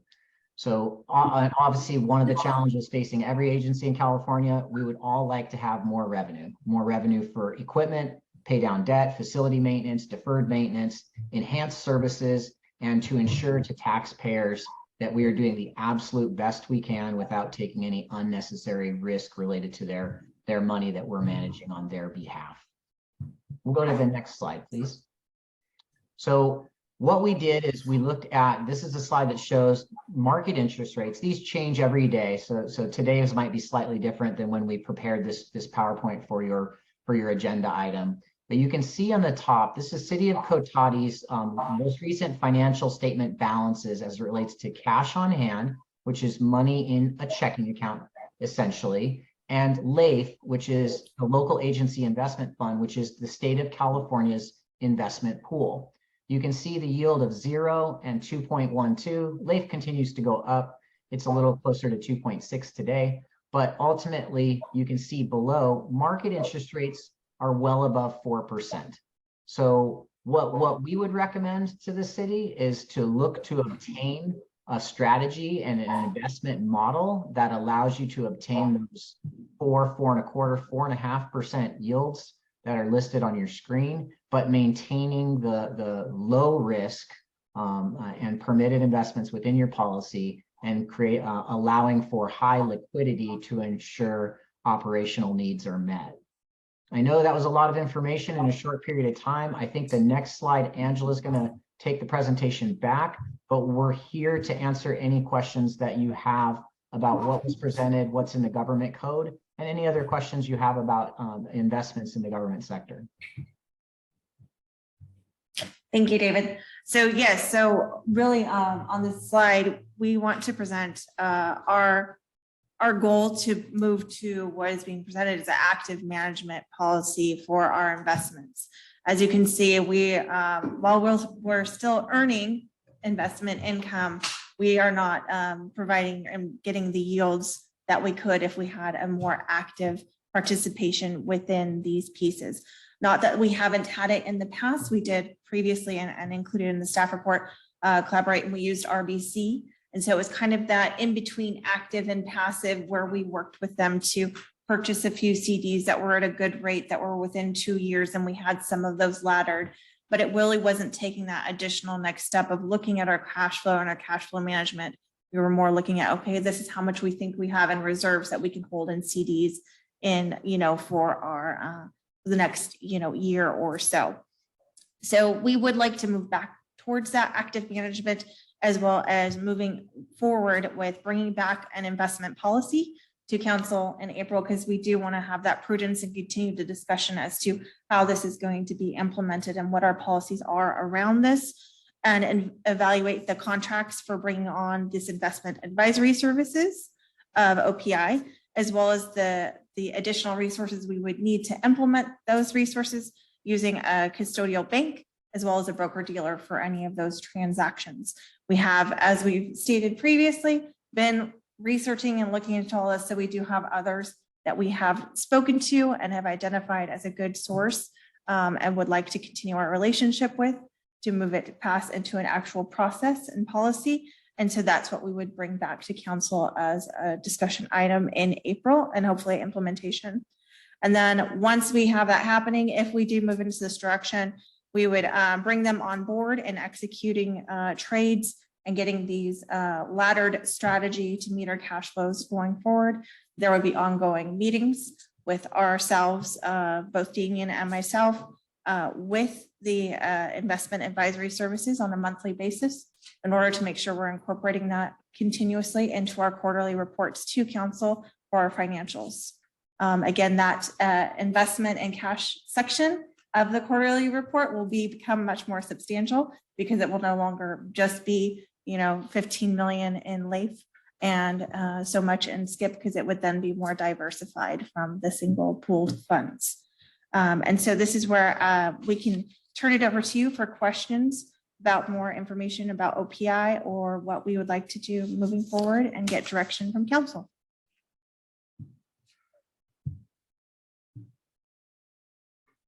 Sure. Yeah, I had a question. I was just researching OIP and trying to figure out, they're a newer organization. Do they have other jurisdictions that they work with? And is there examples of the yields that they've been able to obtain for some of the other agencies? Absolutely. Go ahead, David. I'm going to let you hit that one off to speak for yourself.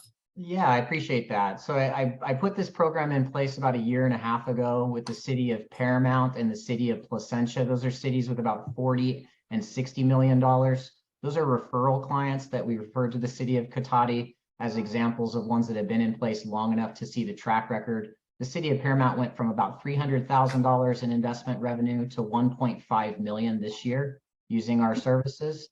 Really, we do have some advantages with the interest rates going up, so that certainly did play a part in that performance, but the vast majority of their money was sitting in a pool that would have gotten them less than half, similar to what the city of Cotati is. So looking at the improvement for your city, it'd be similar in terms of almost doubling your interest revenue projection based upon the cash flow modeling we would do and getting all of that money getting to work for you on a higher interest level. We also have 2 brand new clients, Georgetown Public Utility District and Oceano Community Services District. So yes, we are a new company. I've been doing investments in government for 18 years, but I saw this specific area of the market that was untouched. There's not a lot of folks out there that are actively pursuing.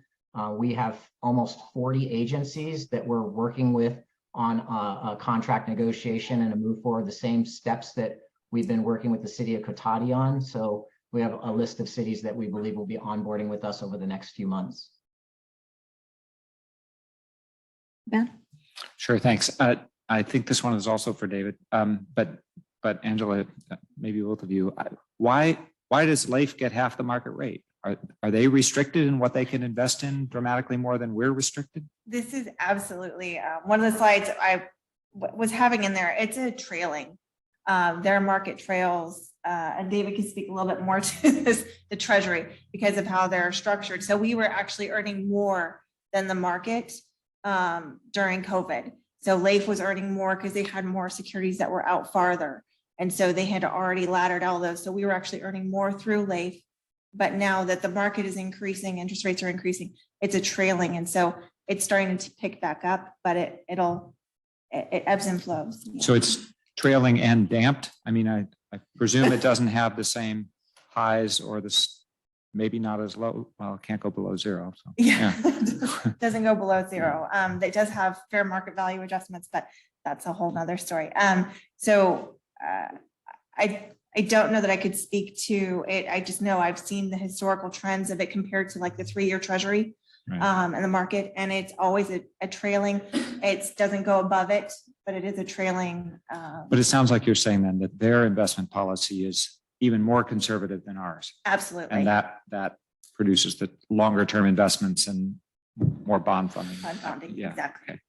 Yeah, I've always heard of it as treasury based, but I mean, maybe David knows a little bit more about LAIF and what their investment, what they invest in compared to what, a city might invest in. They're going to invest in the same types of securities. As a matter of fact, they're going to invest in treasuries and agencies. They're going to invest in state and municipal bond debt and CDs and bank debt as well. The key difference between LAIF and some of the other pools is LAIF must maintain they do maintain a duration of about 1 to 2 years. So when you look at that, they have 3 and 4 year treasuries that they invested in back in before and during the pandemic when interest rates were very low. So ultimately, they've got treasuries in their portfolio that are yielding 50 basis points or 80 basis points or 1%. So yes, they do trail. They lag on the way up and they lag on the way down. Cities don't have to lag on the way up and lag on the way down. We can take advantage of the full yield curve and be able to consistently beat them. There are rare occasions, like when COVID hit, that LAIF was the highest performing investment for a short period of time because the Fed reduced rates so quickly. All of the treasury rates went to the floor. LAIF still had a portfolio of 3 and 4 and 2-year treasuries in their portfolio. So it was still earning in the high 2s when interest rates went below 1. Okay, thanks. And then one more question. I presume that the investment advice is priced at a percentage of portfolio. And so how much above LAIF would we have to earn? Or is that market rate sort of net of investment costs? You know, the market rate, the current 4.5%, say, on your slide, is that? Angela, would you like me to answer, Angela, or would you like to take this question? Yes, no, I think that would be absolutely appropriate for you to address the fees. So the industry standard term is assets under management. And so depending upon how much assets, that determines how the fee structure is.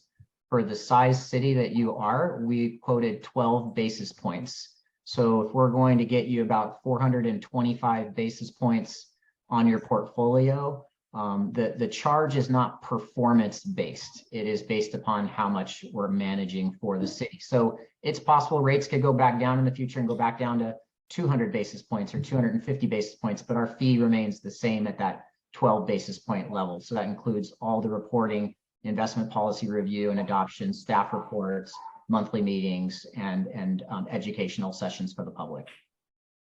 Thanks, that's helpful. Yes.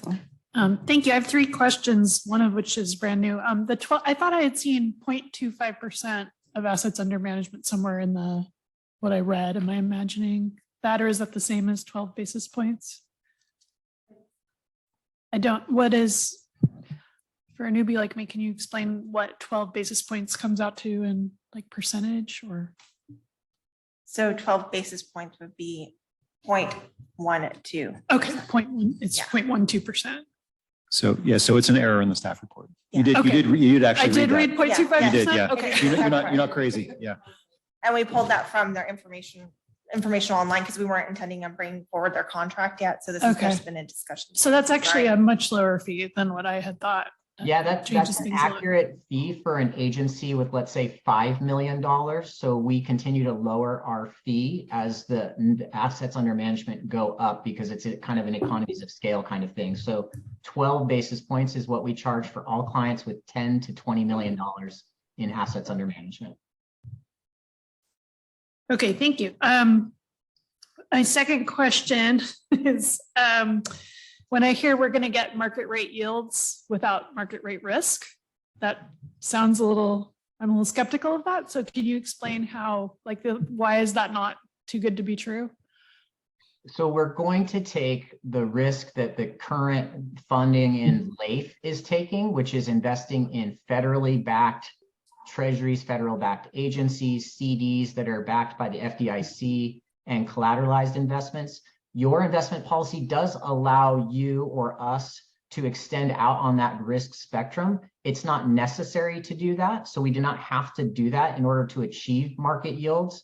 The federal treasury rate or the federal treasury notes are considered market rate for purposes of investment advisory performance review. And so if you look at a federal treasury note, let's say a 3-year treasury is earning 3.8% today. There's a variety of ways that we can outperform that because federal agencies sell at a slight premium to federal treasuries. CDs sell at a slight premium to federal treasuries. And some of these individual pools will perform at market rate. And so it's possible to achieve slightly above market treasury rate yields by investing, let's say, for example, if we bought some Toyota Motor Corp investments, they might be trading at a 30 basis point yield spread or improvement over federal treasuries because they may have a risk assigned to them, even though they're rated AAA by Standard & Poor's. So we can talk at a future session about a specific investment strategy, how much on the risk spectrum does the city want to be? Because your policy allows for some risk to be taken. But even if we took no risk at all, just investing in federally backed and collateralized securities, we can be above the federal treasury rate yield performance today. Okay, thank you. And then one last question, maybe this is for Angela, I'm not sure.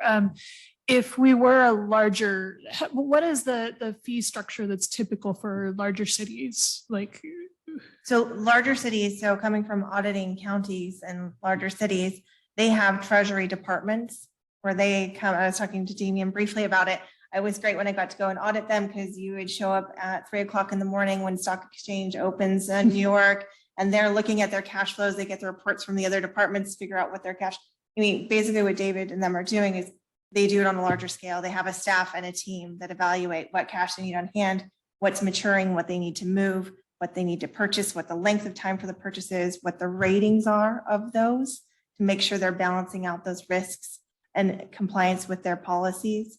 And so that's really what a large city and or county are going to do. They have a full treasury department that is managing their surplus funds. And again, these are considered surplus funds. And so that's what the government code does oversee is surplus funds. And there is that idea of liquidity and making sure we have those contingency funds and that we're monitoring those. So I hope that addressed your question. If there's a little bit more detail you want, so maybe smaller cities, they also have a treasury or a finance position where that's where they're doing is they look at the different pools. I know other smaller cities in Sonoma County, really they just look to what they have in the pools. And maybe they've also been working with, I do know a couple of them have been working with broker dealers directly. So they're trying to do the cash flow piece of it, or kind of what we were doing before, where they just say, well, we have approximately $5 million of surplus funds that we want to move to more of an active. And they work with the broker dealer directly in the bank and say, what CDs, what other investments can we put these funds in that we can feel secure about the laddering for them. So it's kind of bypassing that investment management piece of it and going directly with just saying overall, I think we have around 5 million that we need to not have to worry about.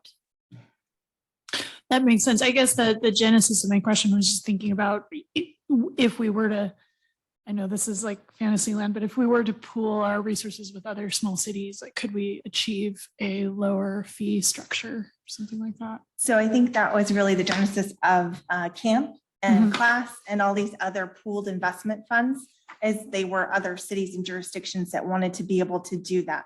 And so we are allowed, we can buy into those other groups of pooled funds where then they have a say of what's going to be invested in. It's kind of like what we talked about our 115 trust, where you pick your risk level and that's what you buy into, you know, for a certain amount of, again, you designate certain dollar amounts you're going to have in there at a certain point in time, what liquidity levels you want in those other pools. And so those are what came out of those kind of wanting to pool with your neighbors to better manage and better direct those funds, the surplus funds for investments.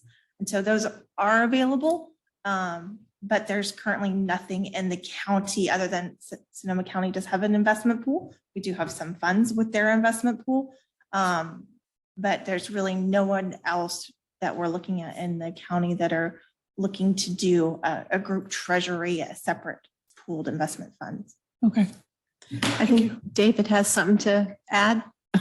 If I could help with a few of the discussion points there, you'll see with public RFPs for investment advisory services, it's a scale that as you go up in assets, you'll see the fees go down. So if you looked at a city with $200 million, the bids will come back around 6 basis points. 5 to 6 basis points is what you'll see in the marketplace. For example, for the city of Placentia, they're in the $20 to $40 million bracket. All this is public information. A registered investment advisor, registered with the state of California, and ultimately FINRA has to disclose what their fees are going to be. So it's 10 basis points for city of Placentia for the work that I'm doing for them. It's 8 basis points for the city of Paramount because they're in the $40 to $60 million bracket. So again, their fees are slightly higher overall, but the basis point rate is lower, as you said, because you get economies of scale. Unfortunately, the pooled idea that you're talking about, I haven't seen one that exists in terms of multiple local agencies coming together to form their own pool, because the government code requires a JPA to be formed, and that JPA would have to have its own board. And so then you would lose the individuality of the decision-making, and the reporting requirements remain the same. So there's not a significant reduction in the workload required. If the city of Cotati is looking at active management, ultimately, if you invest in a pool, there's about 5 good pools out there right now you can invest in, but they do not give you the power to invest in whatever you want. They will not do cash flow analysis. They won't sit down with you on a monthly basis and go over what you want to do with it. It'll just be an option similar to LAIF, similar to the county pool. And so it's really difficult for the government code to account for individual JPA pools, because they don't actually have like an authority that's looking at the content of the action. So you ultimately have this board that's making decisions on your behalf. I don't know if I touched on all 3 of your points about fees and structures and being able to save money, but each agency is required to do their own individual reporting. So that's kind of critical to the steps in the government code section of those quarterly reports and ensuring that you have sufficient capital and liquidity for operations. Well, thank you very much. Kate, did you have a question? Yeah, hi. This is sort of piggybacking on what she said, that it's been my experience that the higher the potential for return, the higher the risk. And I'm seeing on the slide that both say safe.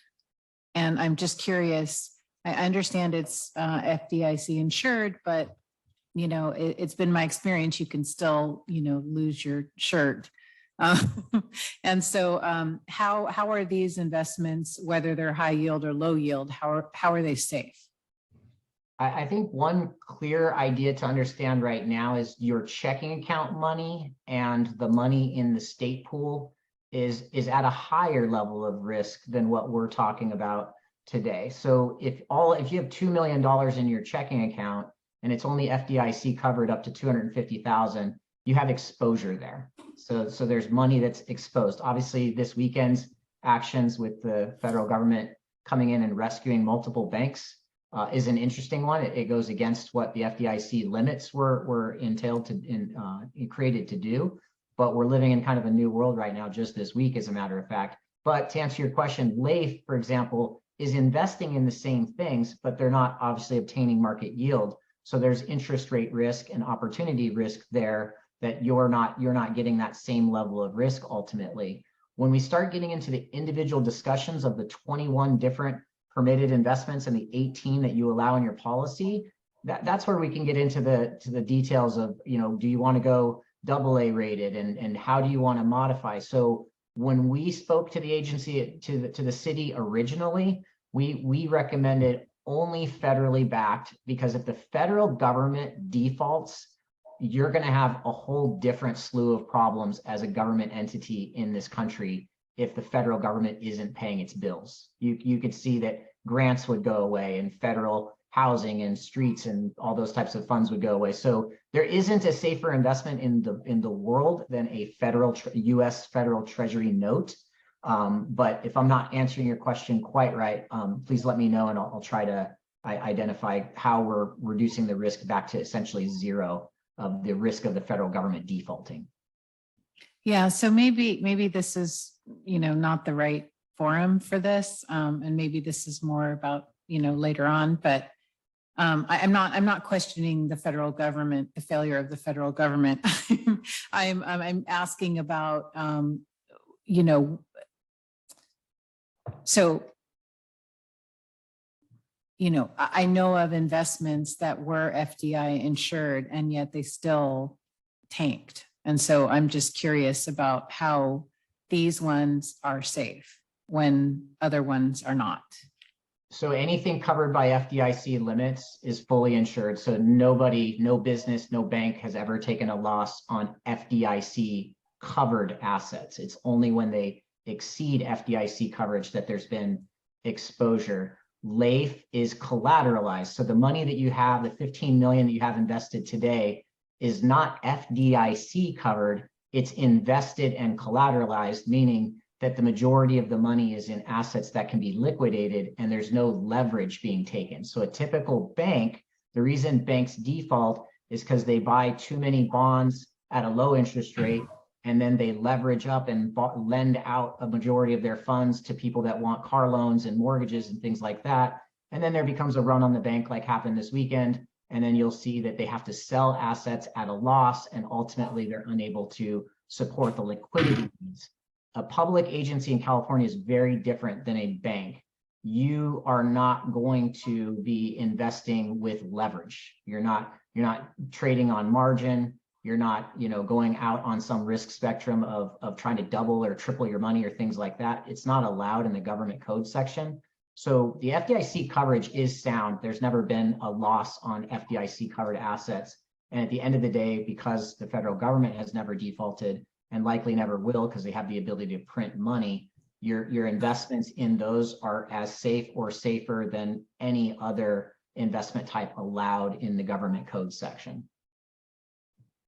And if I can jump in, I think it might be also part of it is a misnomer. When everyone talks about the market, right, they're talking about the stock market. Whereas right here in the presentation, we're really just trying to even get the treasury, what we could invest in and have some secure, even the 1 month yield of 4.3%, even if we put this into that for 1 month, that could get us to that market rate where we're getting those returns. So we're not trying to beat the stock market and be in highly risky areas. We're still trying to stick to those, even trying to meet the treasury, what's out there in the open market right now. Okay, I feel like that's probably what I was asking. Yeah. Thank you. Both. Thank you both. So can I put it in my simple terms? So it sounds like that LAIF is not really active. And the reason that they're not active is because they put the money in longer term things. I think I heard him say 1 to 2 year things.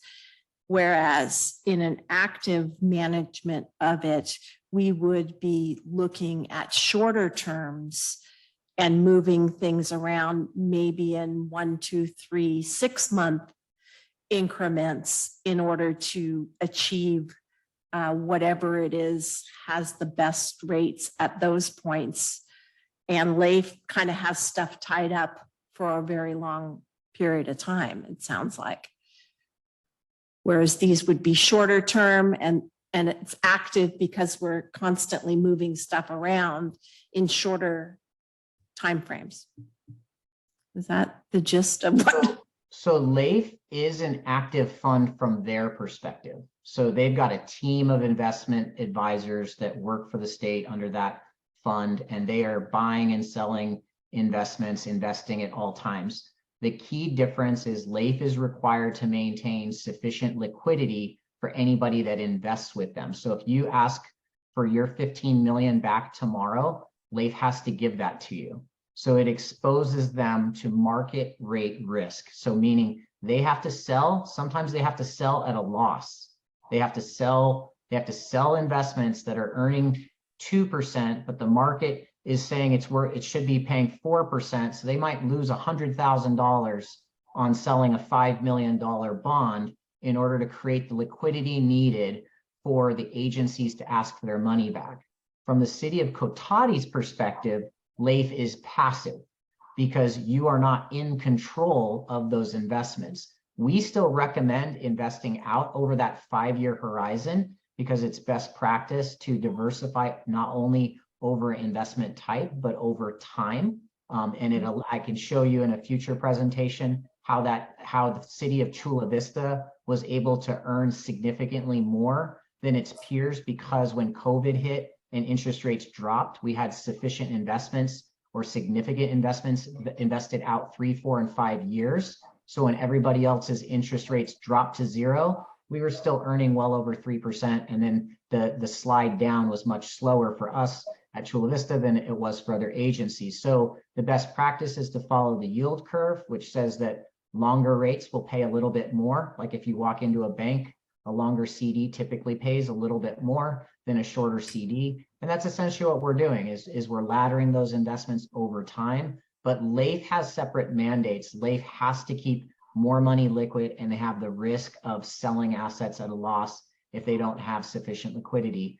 We're not going to recommend the city of Cotati to invest money that they think they're going to have to sell. That's why we pay so much attention to the cash flow modeling and operational capital, grant and other needs, so that we leave sufficient liquidity so you never have to suffer a market loss for selling assets, if that makes sense. So is another way of saying your laddering is that kind of like diversifying over time? Yes. Okay. Absolutely, yeah. Okay. Any other questions? Okay. So let's see. This is just a review and discuss. So are we all where we need to be? Damien, did you have any? Yeah. Did we have public comment yet? I was going to go there if we were done with where we were at. Yeah, reviews and just, but provide feedback too at the end of it. Okay. You know, if the council is comfortable moving forward in this direction, we can come back with a more detailed discussion about how it might apply here. Cotati. Thoughts on that aspect? Okay, with You want to do that before public comment? I mean, I'm We can- comfortable proceeding with this. Okay. The 12 basis points is less than I expected. I wish I could get investment advice for that cheap, but I suppose if I had 15 million, I could. I'm also comfortable moving forward, especially since I see that we have the 0%, 2.12%, and that's really nothing, you know, so I'm interested also in helping Cotati. You guys, this way? I'd be interested to see an option when this comes back to, if we were to choose to just have an investment policy that directed us to invest in one of these pools without having an advisor. I'd like, because we could avoid fees that way, as small as they are. Not that that's the direction I want to go, but I'd just like to see what that would look like as an option. I would be interested just to make sure I bring back the right thing. Because one of the components is staff time, right? And so that is a significant piece of the managing those pieces, as well as the technical component of knowing what investments, you know, we still have to get that advice from somewhere to know what CDs are when. And so it would still include the broker dealer component to that, as well as pieces of staff time. And so is that what you would expect? Yes, I would like to know kind of how much staff time would that take, and just to see if it's a feasible option. Okay, thank you. Okay. So just for council's education, most and all pools charge an administrative fee because they have staff actually doing the work on their end. So if you look at LAIF's report and the county's report, typically it's between 8 and 10 basis points that they're charging as an administrative fee. So when you get your interest allocation from LAIF, they take their fee out of it. So it's not fee and no fee, it's fee and fee. One is passive, one is active. So there's a clear delineation between, they have a ton of staff at LAIF that are actually on payroll and benefited, and state employees that do require that administrative fee to be taken out. So you kind of like the comparison of the fees? Yes. Is that? And I have a follow-up question based on what you just said. If you were to become our investment advisor, would you advise us ever to invest in investments that also charged fees? So would there be any time where we would be paying you a fee and also paying a fee associated with one of the pools, or something that you're? Yeah, that's a great question. And absolutely we would, because we have to put your interests first. So as a fiduciary, if we didn't put you in the absolute best performing investment with the least amount of risk and liquidity, we wouldn't be doing our job. And so there are investment advisors that will steer clear of pools because they decide to not charge based upon that. Our cash flow modeling essentially eliminates the underperformance essentially, because we keep so much more money invested in those pools. So if you're earning 400 basis points in LAIF, let's say, and we're charging 12 basis points and LAIF's charging 8, you're still making 380 basis points. Whereas if you just put it all into a pool and saw it go up and down, your average performance is going to probably be 100 to 150 basis points lower. So even though it is essentially double charging, there's separate work required. One is the fees related to the trades themselves, because LAIF is charging you for those investment trades. We're managing your cash flows, we're managing your reporting, your investment policy, and keeping an eye on the marketplace for you. So they're two different sets of services. So it's not paying twice for the same thing. Okay, thank you. Is that clear? You clear on what? Yeah, I think Okay. I'm clear on what you're requiring, Okay. would like to see come back when we have, contracts. Thank you. Okay.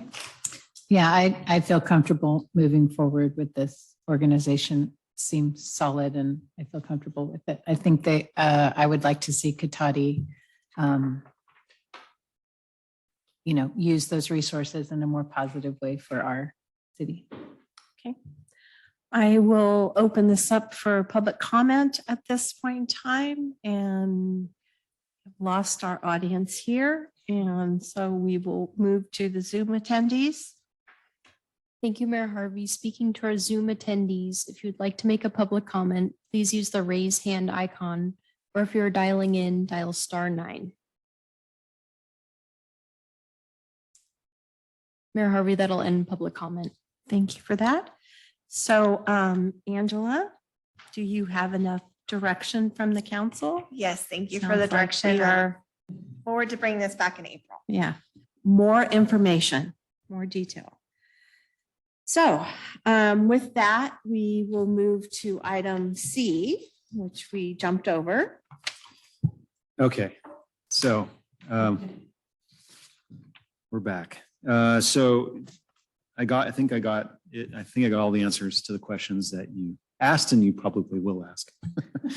So, all right. So right now we are through the grant, we're subscribed to Vigilant like we talked about.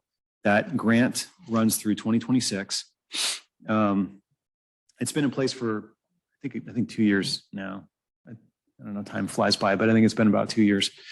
Anyway, we've had index at least 15. It looks like more stolen cars recovered through the ALPR. That's kind of what we've seen so far. Now, with regard to this contract, this is a 5-year agreement, as you all saw. The ALPR piece is bundled into the quote that's here. If you, and what it equates to, what the cost of the ALPR component equates to is in the bundled version is about $400 per car per year is what that service costs. So if it's unbundled, so in other words, if we decide not to do it, but add it later or something, that would be a little shy of $800 per car per year. So basically what that means is it would be the cost bundled is over for all 4 cars for 5 years is $8,000. That's the $400 per car per year. Otherwise, it's $15,300 if it was unbundled and then added back. If that makes sense. And I also, once we initiate, and so anyway, that's, I guess I'll just keep it simple. That's the bundled versus unbundled cost service. And in terms of recovering stolen cars, I can attest to it being effective, at least in that respect. Yes, okay. So if I'm understanding correctly, we have this service already until 2026. So for the next 3 years. This contract is for 5 years, 3 of which we already have another company doing it. It would Correct? go. Right. Right. Yeah. So we have the other company sort of access point through 2026. This contract would take us through 2029. Yeah. But I mean, there's 3-year overlap there. Yes. But 4-year. am I understanding right? The vigilance system isn't going to work isn't going to integrate with the new EVs. So we would, Right. we wouldn't have, if we didn't buy this, we wouldn't have the ALPR on the new electric vehicles. Right. It's not just the data access to the DOJ stolen car database. It's also the physical equipment that mounts on the car. And this type of equipment is, it doesn't need a steel roof to mount to. The Vigilant is just a different equipment style that needs to mount on a steel car roof. And those are the ones we have now, but they're on the old Dodge Chargers. And so they have steel roofs, and so they're able to mount on the top of the roofs near the light bar, where these are internally mounted in the cab of the car, pointed to the windshield. And they also point backwards to the compartment, the prisoner compartment. Is there any possibility that we could get a refund on the years that we can't use because we can't use them on the electric cars, the Vigilant one? Well, it's the equipment we bought. Cancel the contract? Well, the equipment we bought was only for the other cars. The EVs Vigilant doesn't make them for EVs, that type of equipment. Oh, okay. So wait, so then the contract that we have for Vigilant doesn't work on these cars? Right. Right. It only works. So on then the- it's not double paying. It's paying with, well, Yeah, we still have the same ALPR service. It's just access through a different access point, basically. Right. Okay. Because I guess I was understanding that And we're it not paying works on for both of them, but it only works on the non-electric. the Vigilant does, yeah. And Vigilant, we don't pay for because it's a grant. And this Right. would be one that we do pay for. Okay. But so the issue is whether or not the community wants them, right? Yeah. Okay. Thanks. Yep. Did you have another question? no, I think that cleared it up. Okay. This way? Well, I'll just reiterate that I have a concern with storage for a long term. I'm highly suspect that any of those stolen cars were recovered based on something that was a license plate that was spotted 9 months ago. So I think storage of that data for a year is unsupportable. And so I'm not sure how to take that up and where to go with it. You know, I mean, I don't know if Axon has a setting in their software where we get to tell them how long we want our license plate data stored, because that's the issue I have with it. Is there a way to find out of the 15 cars that were recovered, how long the time period was from when it was captured to when we recovered the stolen vehicle? I'm not sure, because it ends up in the DOJ database, which is basically just a plate number. And it just finds that plate number and says, hey, this car is missing or stolen. But that's my point. It's got to already, the way the chief has described the recoveries is the camera on the car sees the license plate, immediately pings that the stolen car, and all of a sudden we've got a recovered car. It's not, we take an image, we store it for 9 months, then somebody puts in this car is stolen, and we say, oh, that car was in Cotati 9 months ago. That doesn't help us recover it. So there's no value to storing for a year every license plate we see in terms of recovering stolen cars. The only sort of purpose for that is for somebody to be able to tell where people were. Yeah. I don't know. Is that level of detail exactly where you were and what, or is it, like you said, all of a sudden they're pointing at it and it says, oh my God, this is showing up in the DOJ database as a stolen car, which is different than. Every single license plate that one of our readers goes by is stored in Axon's computer, according to what Vice Mayor Sparks and Dr. Damien said, for a year. That has no relevance to finding a stolen car at the moment. So, Well, except that it lets the officer know that that's a stolen car, right? no. The Oh, fact that then it's I sto- misunderstood The fact that what it's he said. stored for a year does not help that. It's the storage after scanning that I'm talking about, not the use when scanning to ping it against the database and say, that's a stolen car. So that storage after the fact is the piece that I would like to discuss further. And I'm not sure how to take that out. So how does the Yeah. how does the fact that it's a stolen car get detected? Is that another database that somebody types in and says, here's the license plate? Is that what I just want to make sure. Yeah, well,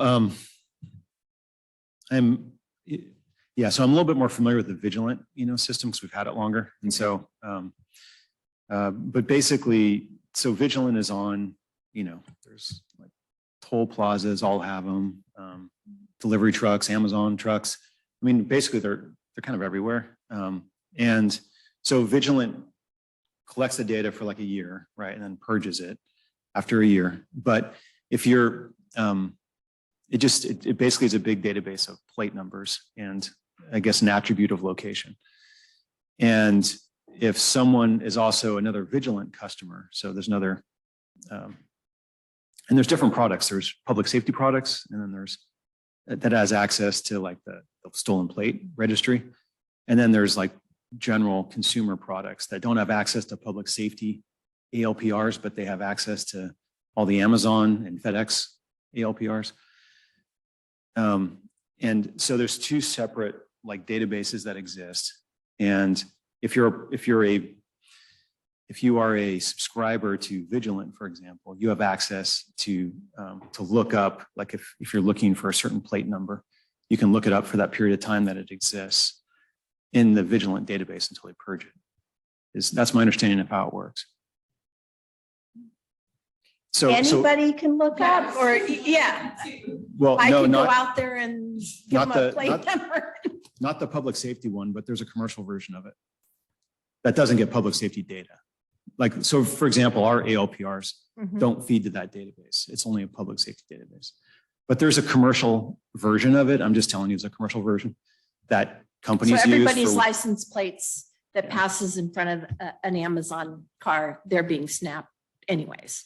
I mean, it's going into this other side of this database. It's possible. It's possible. There's a commercial use for it. I don't know exactly what they use it for, but there's a commercial side of it. But for law enforcement, it's only law enforcement ALPRs and the DOJ plates. So on the law side, my understanding of it is the value of it is that if like a car was seen a month ago and it wasn't stolen at that time, but then it got stolen, it was stolen and then it was added to the DOJ database, and then it would say, oh, hey, for investigative purposes, right? This car was located a month ago over here. And so that's why there's some residual storage. I mean, there definitely can be a conversation about how long that should be, but that's why there's a little bit of residual storage of just plate numbers. And is to what Councilmember Ford said, every single plate that the car drives by, or is it activated when the body cam is activated? Well, so the ALPRs are on when the car's moving around. The car, okay. Yep. So every vehicle that goes by. Okay. So, I mean, yes, Kay. Can we, is there, because I want to get the equipment ordered, right? I definitely want to have dash cams on the electric cars. So is there a way to, move forward with it, directing them not to store the images? Is there a way to do that? Well, I think they have to store it for some period of time, but that's probably a discussion, like how long would that be, Or how long how long do they require that it be stored? Maybe. I don't know that they have a requirement for storage. Then can we not store it? But then how useful is it? It's useful in the moment. It's useful for, if it flashes that it's stolen, then they can, recover the vehicle. Is that true? I think that's the purpose of doing Well, it. no? that's what I want to be, I want to be clear here. Okay, okay. Yeah. If the car is currently stolen, Mhm. it'll flag it as stolen. Okay. If the car. In real time. In real time. Okay. Yeah. If the car is not yet stolen, but it drove by Mhm. and saw the plate and then it gets stolen a day later, Mhm. you would not know that, right? If if it doesn't store any data, it doesn't store any plates. So in other words, there would be no way to say the car was here a day ago or a week ago or whatever. But that's not what I hear all of these guys saying. They're saying it does say it was here and it stays there for a year, Yeah, no, that's, which is what yeah. y'all seem to be But concerned but about. the question I'm hearing is can you vary the storage length? And that's a discussion that I don't know. Okay. I mean, I'd like to say you can because it's the data we collect, but I don't know for sure. I'm not 100% sure, but I think that you can't vary the length because the entire business model is they provide us the ability to flag, to detect stolen cars.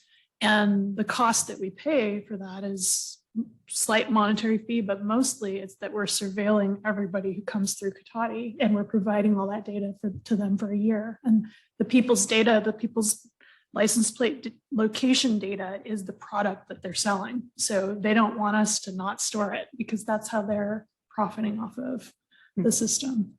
There are many civil liberties groups who think that this is a gross invasion of privacy and mass surveillance. So that's why it's a concern to me. Oh, but there's cameras everywhere. I mean, that is a reality. We can't go anywhere anymore without there being cameras all over buildings and all, you know. But we can choose whether we want to participate in that. To make sure I'm clear, the law enforcement side is only available to other law enforcement agencies. So if like, for example, if someone had stolen a car, they drove through Cotati, it wasn't reported stolen yet. But then it gets reported stolen a week later. And the car was stolen from, I don't know, San Rafael or somewhere, right? Some other agency.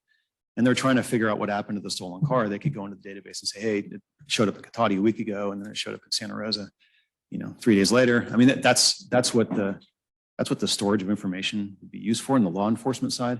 I can't really speak to the retail side, but there's a commercial side too. The data doesn't cross. So sometimes they find them by tracking the path of where it's last been. Mm-hmm.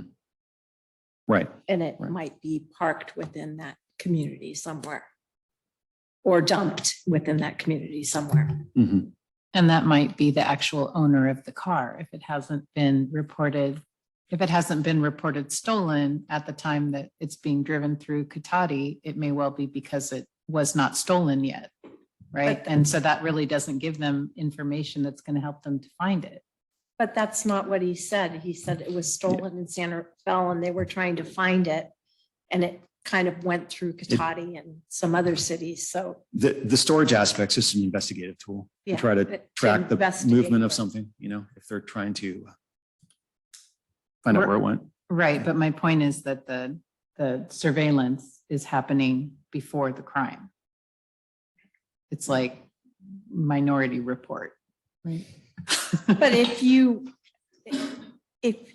reported it stolen, that's what the agency is going to look for from that day forward. They're not going to look from that day backwards when it was in your possession. That's exactly what he's saying.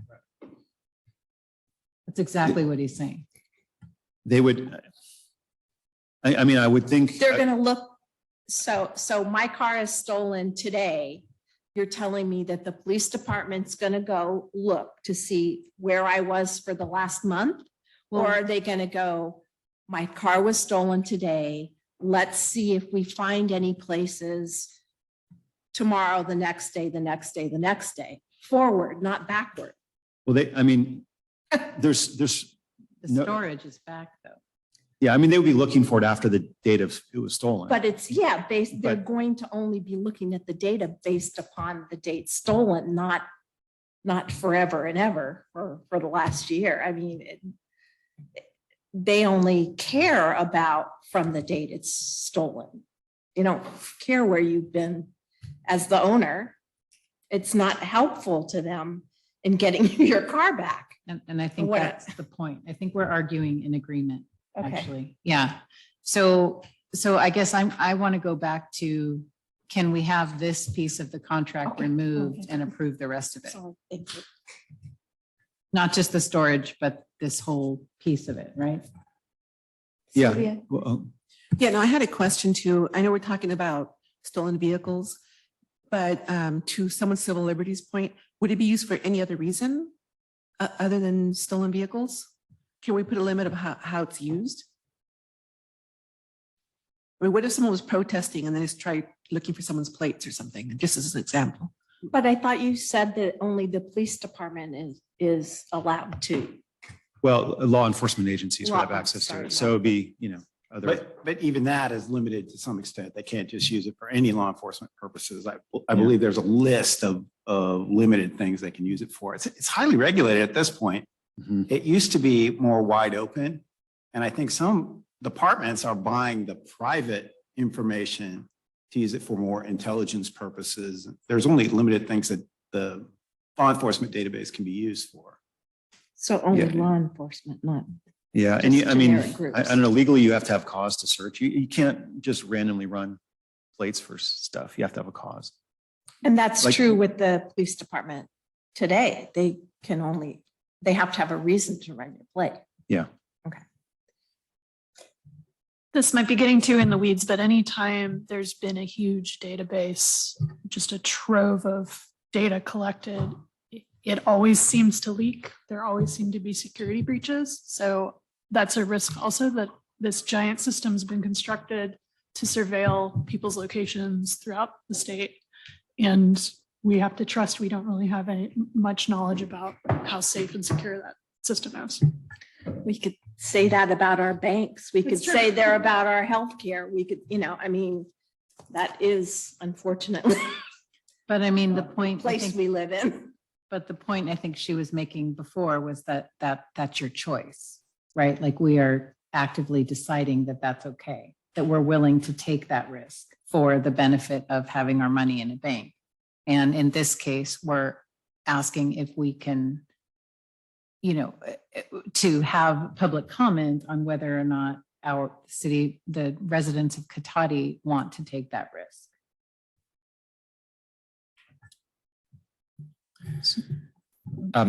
So I just want to say that an assurance that only law enforcement has access is little solace to people who feel that law enforcement doesn't serve them. And there are many people who feel that. So there are many examples of law enforcement using access to data to go after protesters, for instance. And it's not, I don't think our police department does that, but we're putting this data into a statewide database that all law enforcement has access to. So there are plenty of examples of probable cause being improperly granted, for instance, things like that, warrants. Anyway, so I'm just saying that's not a fail-safe coverage for me. I would suggest, I would be comfortable approving this contract with an agreement to bring back a discussion of this particular use of, the particulars around the license plate recognition software and the parameters around storage and what options we have at a later date, meaning before it actually goes into action in January. I'd be comfortable doing that. I think the use for retrieving stolen cars is a good one, and I would like to see that. So that's where I'm landing. Well, my preference would be to approve the contract without the ALPR until we can have that discussion, but I would certainly be happy to have that discussion however we can get it on the calendar. And I agree with Laura. I'd rather that part be removed until we can have the discussion with the community first. Knowing that it's going to cost us twice as much if we have that discussion. And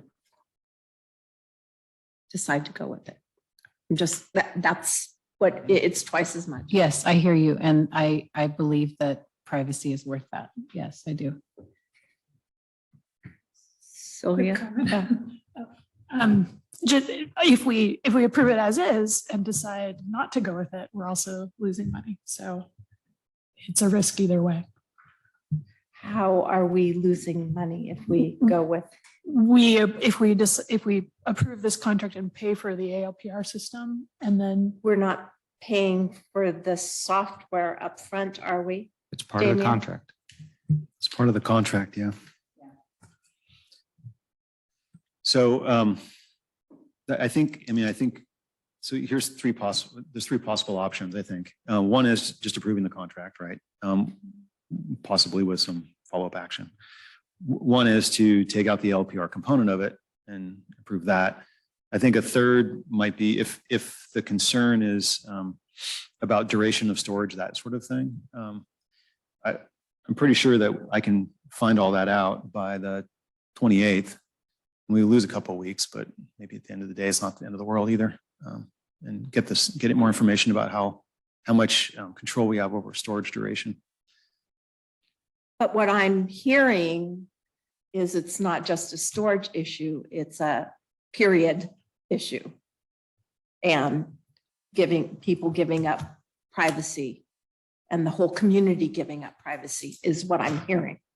Am I? But storage duration that Damien mentioned, that is the issue. But I don't think from what I'm hearing from Laura and Kay is even if the storage is a month, the fact that they're taking a snapshot is not going to suffice in moving forward with any reader at all. Did I misread that? well, I would feel much more comfortable with it if the storage duration was shorter, but I'd be happy to have you find that out, but I might be wrong, but I'm pretty sure it's not really an option. I think they like to have as part of the agreement that we retain it for a year. I thought that I knew that as fact until now, but now I'm doubting it, so I'm not sure. I don't know. I don't know for sure. Okay. Yeah. So it sounds like we can't move forward on this. I will open it up to public comment, but I'm hearing that we can't move forward. So I'm just not clear. I thought we had a couple options. We could vote to move forward with it as is, or we could vote to move forward without the ALPR right now. If we Or I wanted thought to. I heard Damon said that he could check on the duration of storage if that's an option too. And then move it to the but then we 28th. would move it to the 28th. Right. Yeah, that'd be the third option, I guess. But, and my point on that is that if we could, is that still going to suffice or not? Because then it wouldn't make sense for him to do that work and us to move it if it's still not going to be okay. That's what I'm asking. Oh, I see. If the duration was 30 days and we could guarantee that it was purged after that, I personally would feel more comfortable with Okay. it. And that's what I was trying to But- get at. If you're Yeah. never gonna move because it's taking a picture, period, end of story, then delaying it wouldn't. help. Right. But That's I still think delaying it's not going to help because I think they're going to come back and tell us we can't do that, but Well, I'm not then- sure.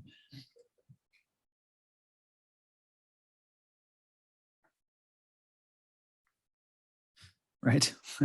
Revving the hells in it. We're planning to bring some media items on the 28th. So Yeah, just something to keep in mind. yeah. Yeah, right. Okay. While you guys are pondering this, can I open up for public comment? Would that be okay with everyone? Okay, and we've lost our audience, so can we open up the Zoom public comment? Thank you, Mayor Harvey. Speaking to our Zoom attendees, if you'd like to make a public comment, please use the raise hand icon, or if you're dialing in, dial *9.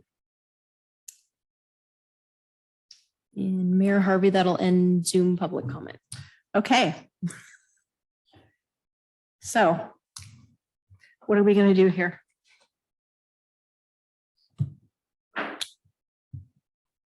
Well, I'll make a motion and just see what happens. I'll make a motion that we approve the contract with the stipulation that we leave off the ALPR for now.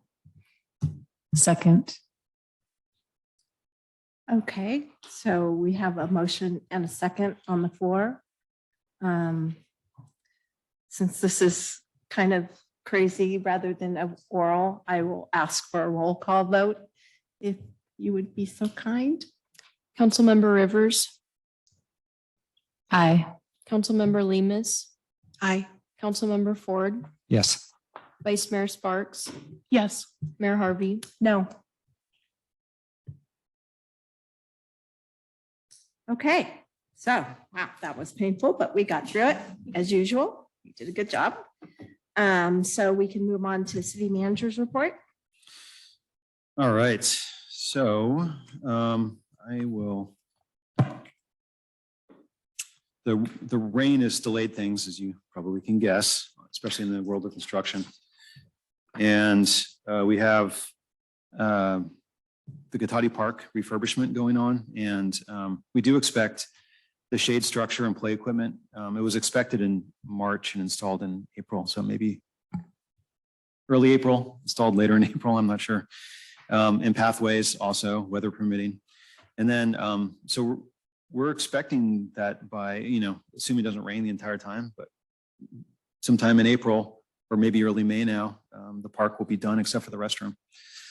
And then the restroom should come in July. So anyway, that's exciting. The La Plaza West Sierra Road construction project, that's around the hub and then up West Sierra, that's all going to get started as soon as the rain allows us to get going.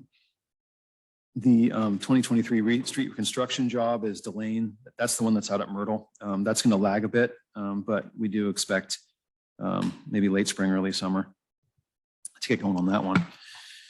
But it's going to be behind in time from the downtown paving project. We're currently right now, we're currently bidding painting, of City Hall, Civic Center, Cotati Room. So after we do the windows, then they're going to come in and repaint. Probably notice some of the trim needs some help. So it'll hopefully make everything, just finish it off and look nice. The housing element, that is one of the items that I alluded to earlier with the big agenda. So the housing element, the draft is going to Planning Commission on the 20th, and then it's planning to come to council on the 28th. So that'll be a, significant, I'm sure a significant discussion. And finally, I'll just finish up on some rec stuff. So we have next week, Camp Cotati Spring Break Camp for families is going. They're open Monday through Thursday, 8 to 5 with extended care options if you're interested in that. They're doing crafts, games, and playing outside as long as it's not raining outside. And anyway, it's spring break, so a great way to keep your kids engaged if they're just bored around the house. Bunny Brunch will take place on Saturday, April 1st, and sold out for this year. We do have a wait list that's available in case there are cancellations, but we will not be taking signups at the door. We do, though, have bunnygrams. So if you're not able to get in the door, you always can deliver a bunnygram to someone that you love, and they bring a basket full of goodies, including stuffed eggs, candy treats, and more. And they're going to be delivered on April 7th. Also taking place on April 1st is the Farmsters sheep shearing soiree, 10 a.m. to 2 p.m. at the ranch. And it's a great opportunity to watch and learn how sheep get sheared and to get a tour of the ranch. And then in that same day, it's going to be a busy day at the ranch. Sandy Loam's hosting their spring gardening family workshop where families can learn the basics of preparing garden beds, starting seed starts, transfers, weeding, composting, mulching, and more. And registration is required, so you can sign up on our rec portal. And then finally, we just have a bunch of other stuff coming up that I won't get into detail yet, but during spring, we have Spring Festival at the ranch, a community camp out also at the ranch, the community yard sale, and many more things. So with that, I'd be happy to answer any questions. Questions? Do you sign up for the sheep shearing on the on the Cotati website? So The notes I have don't say, but I think we do, because we usually register for all of this stuff. So I think the answer is yes. No, okay. Well, thank you for that report. Then we will move on to council member reports. Okay, Ben. I'll just mention one thing from the Sonoma Clean Power Board meeting this month. The board approved contracts with 3 contractors to develop pretty exciting projects at the geysers and which could eventually lead to more than doubling the generation happening at the geysers, which is super important to our power grid because it's baseline 24/7 generation as opposed to solar and wind that come and go. Yeah, it was a exciting discussion, especially because one of the contractors was Chevron. Oh, interesting. Huh. That's interesting. Kay, do you have anything to? I just wanted to, I'm not sure, was there any discussion on why I was not here last time? No. Okay, so I just want to share the reason I was not here at I guess it was the special meeting. I am a school teacher in Santa Rosa, and many of my students were intimate friends of the 3 involved in the Montgomery death of a student. And so they had a listening session. And so as a teacher in the district and, caring about the students who care about those kids, I felt it was important that I was there. So that's where I was on that Tuesday. Okay, Laura? Nothing to report this time around. Okay, great. Well, I attended my first LAPCO meeting. That was very interesting. It had a breadth of things, fire department stuff, as well as some small inclusion of a property into a sewer district. So that was, it was interesting discussion. And the reason it needed to be included is that site is going to be looked at to build some permanent homeless housing out in the Guerneville area. So we were able to pass that. So that was good. I attended the North Bay Executive Committee meeting, and I just want to remind folks that on the 30th